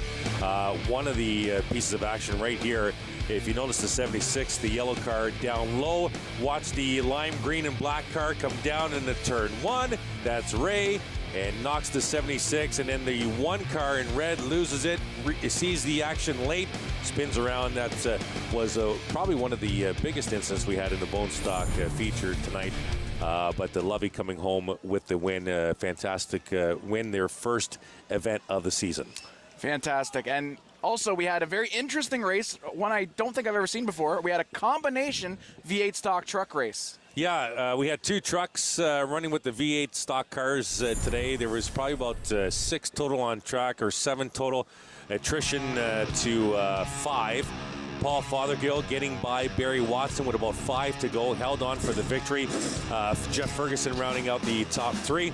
Kyle Mesenberg, Chad Clutterbuck, as you see there, the top 5. Unfortunately, a low car count tonight for the V8 stock, and hopefully that gets better as the season progresses. Well, one thing you mentioned about the V8 stock, Chad Clutterbuck didn't turn a lap, but he still qualified for points. He took the flag, does not have to complete a lap. He takes the flag, gets the points for starting the race, and then peeled off because his car couldn't compete. So Mesberg and Clutterbuck did not finish the race. Mesberg finished over half the race, so he is finished 4th. Clutterbuck gets 5th place points because he did start the race. Yes, and Devin Blumendahl was one of 2 trucks that actually finished the race in the V8 stock feature. So after that, we had quite a bit more of an entertaining race, a more exciting race. We had the Super Stocks, and what a race that was. Yeah, the Super Stocks, and let's go to the highlights here. The Super Stock feature, well, we'll first go to the graphics. Sorry, Ryan Bright takes the feature. David McCullough 2nd, Trevor Culver 3rd. Doug Stewart, Ryan Dyson, Lapsovich, Ferreira, Kennington, DJ Kennington subbing in for Gary Zwagers in the 93, finishes 8th. Kevin Trevlin, Nick Ramsey rounds out the top 10. This Super Stock division, Joey, is going to be entertaining all season long. Let's go to the highlights. One of the big ones here, Doug Stewart coming out of turn 2, Ferreira in the 9 car, Stewart in the 2, Culver in the 1 car. 9 was the defending champ of the series. 18 is at the tail end of a lead lap. Ferreira tried to go 3 wide there. Contact with the 2, contact with the 18. The 9 goes back and hits the 1. The 1 got repairs, came back and actually finished in the 3rd spot, if I'm not mistaken, or the 4th spot. Culver did a great job of rebounding. But yeah, that series or that division is going to be one of the top divisions for excitement all season long. And after that Super Stock race, I was like, that's it. There can't be anything better. And then somehow we had the late model, which was a fantastic race. Yeah, the late model feature. Let's go to some highlights that we just saw. Here's one of them, as Darrell Lake in the 77 is going to try and advance Robley in the 51. Matt Robley eventually finished 3rd. Contact with the 18 into turn 1. Lake goes around. He got repairs done, finished at the back of the pack. Robley went on to finish 3rd. Here's Jake Sheridan. This is after the finish. Robley goes low under Sheridan after they've taken the checkered flag. I'm not sure Jake knew Matt was there. Contact into turn 1, but that was after Cole Powell had taken the checkered flag for the victory. Cole Powell wins the feature, followed by Jake Sheridan. Matt Robley finishes 3rd. Marshall Schrank, great finish. Ray Morneau, nice comeback to finish 5th. Friel, Connor Pritico, Chapman, Lake, Rick Verburn, round out your top 10. Fantastic pro late model division first feature of the season. So as we wrap up here, I'll give you credit. I believe your pick did win. So that congratulations. My pick finished in 7th. So, but I've seen Cole race for years, and he's one of the most aggressive drivers I've seen. But I'm telling you, it wasn't aggression. It wasn't a bump and run. It wasn't contact. It was, and he heard it in the post-race interview at Trackside. It was the fact that he knew the only way he can get around Sheridan was to go to the high side, to hope the 73 stuck, and it did. Very impressive pass out of turn 4 on the high side was the winning pass. What an amazing night of racing we had. What a fantastic night of racing here on Rogers TV. Chris, any final thoughts? Yeah, don't forget to our viewers at home, thank you so much for tuning in. We hope you have a fantastic remainder of your weekend. Great news as the province moves to step number 3. Next Friday, which means more race fans coming to Delaware.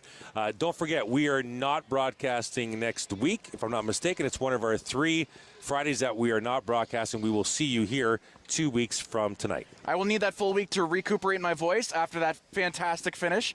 For all of us here at Rogers TV, for Chris Soares, thank you so much for joining us. I've been Joey Langdon, and we'll see you next time here at Delaware Speedway on Rogers TV.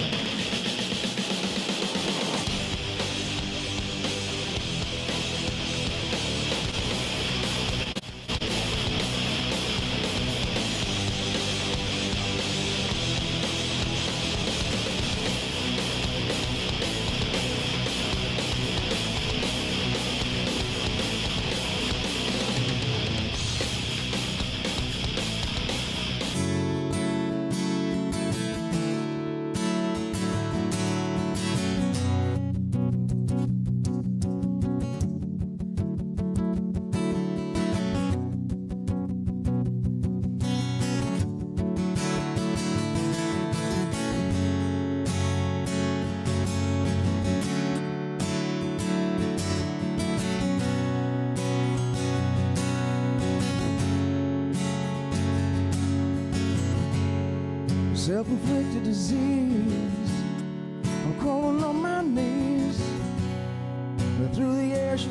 best laid plans, as the patterns repeat, and you could always discern the subtle hint of concern through the smell of my gasoline as my bridges burn, as my bridges burn. So I ride on the wind, it's your free spirit, blow that hair back again.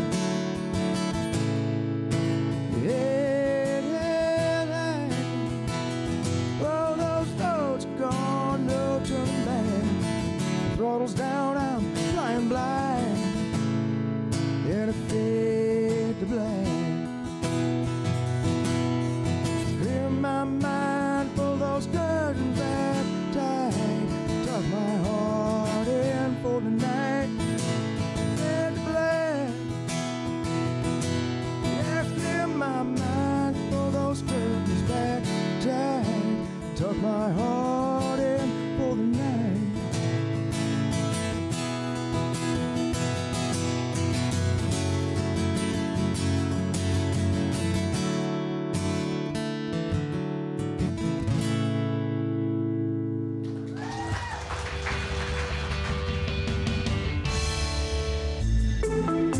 Just once in a while, at parties and stuff. If that's what your kid says, they'll probably also tell you that it's not a big deal. But that's no reason not to talk about it. You could tell them that you think that's a good thing and that you're really happy they don't use it that often. Then ask them why. Maybe deep down they know it's bad. They just need your help realizing it. From there, it should be pretty easy to drop off the hint that their brain is still growing and that they shouldn't smoke pot. At least not until they're older. Visit drugfreekidscanada.org for more tools to help start the conversation.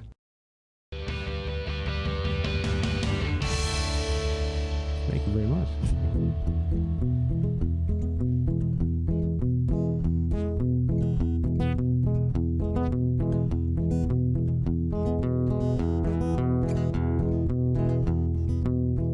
Well, it seems sometimes that I can't find my way, and I'll be a holding about.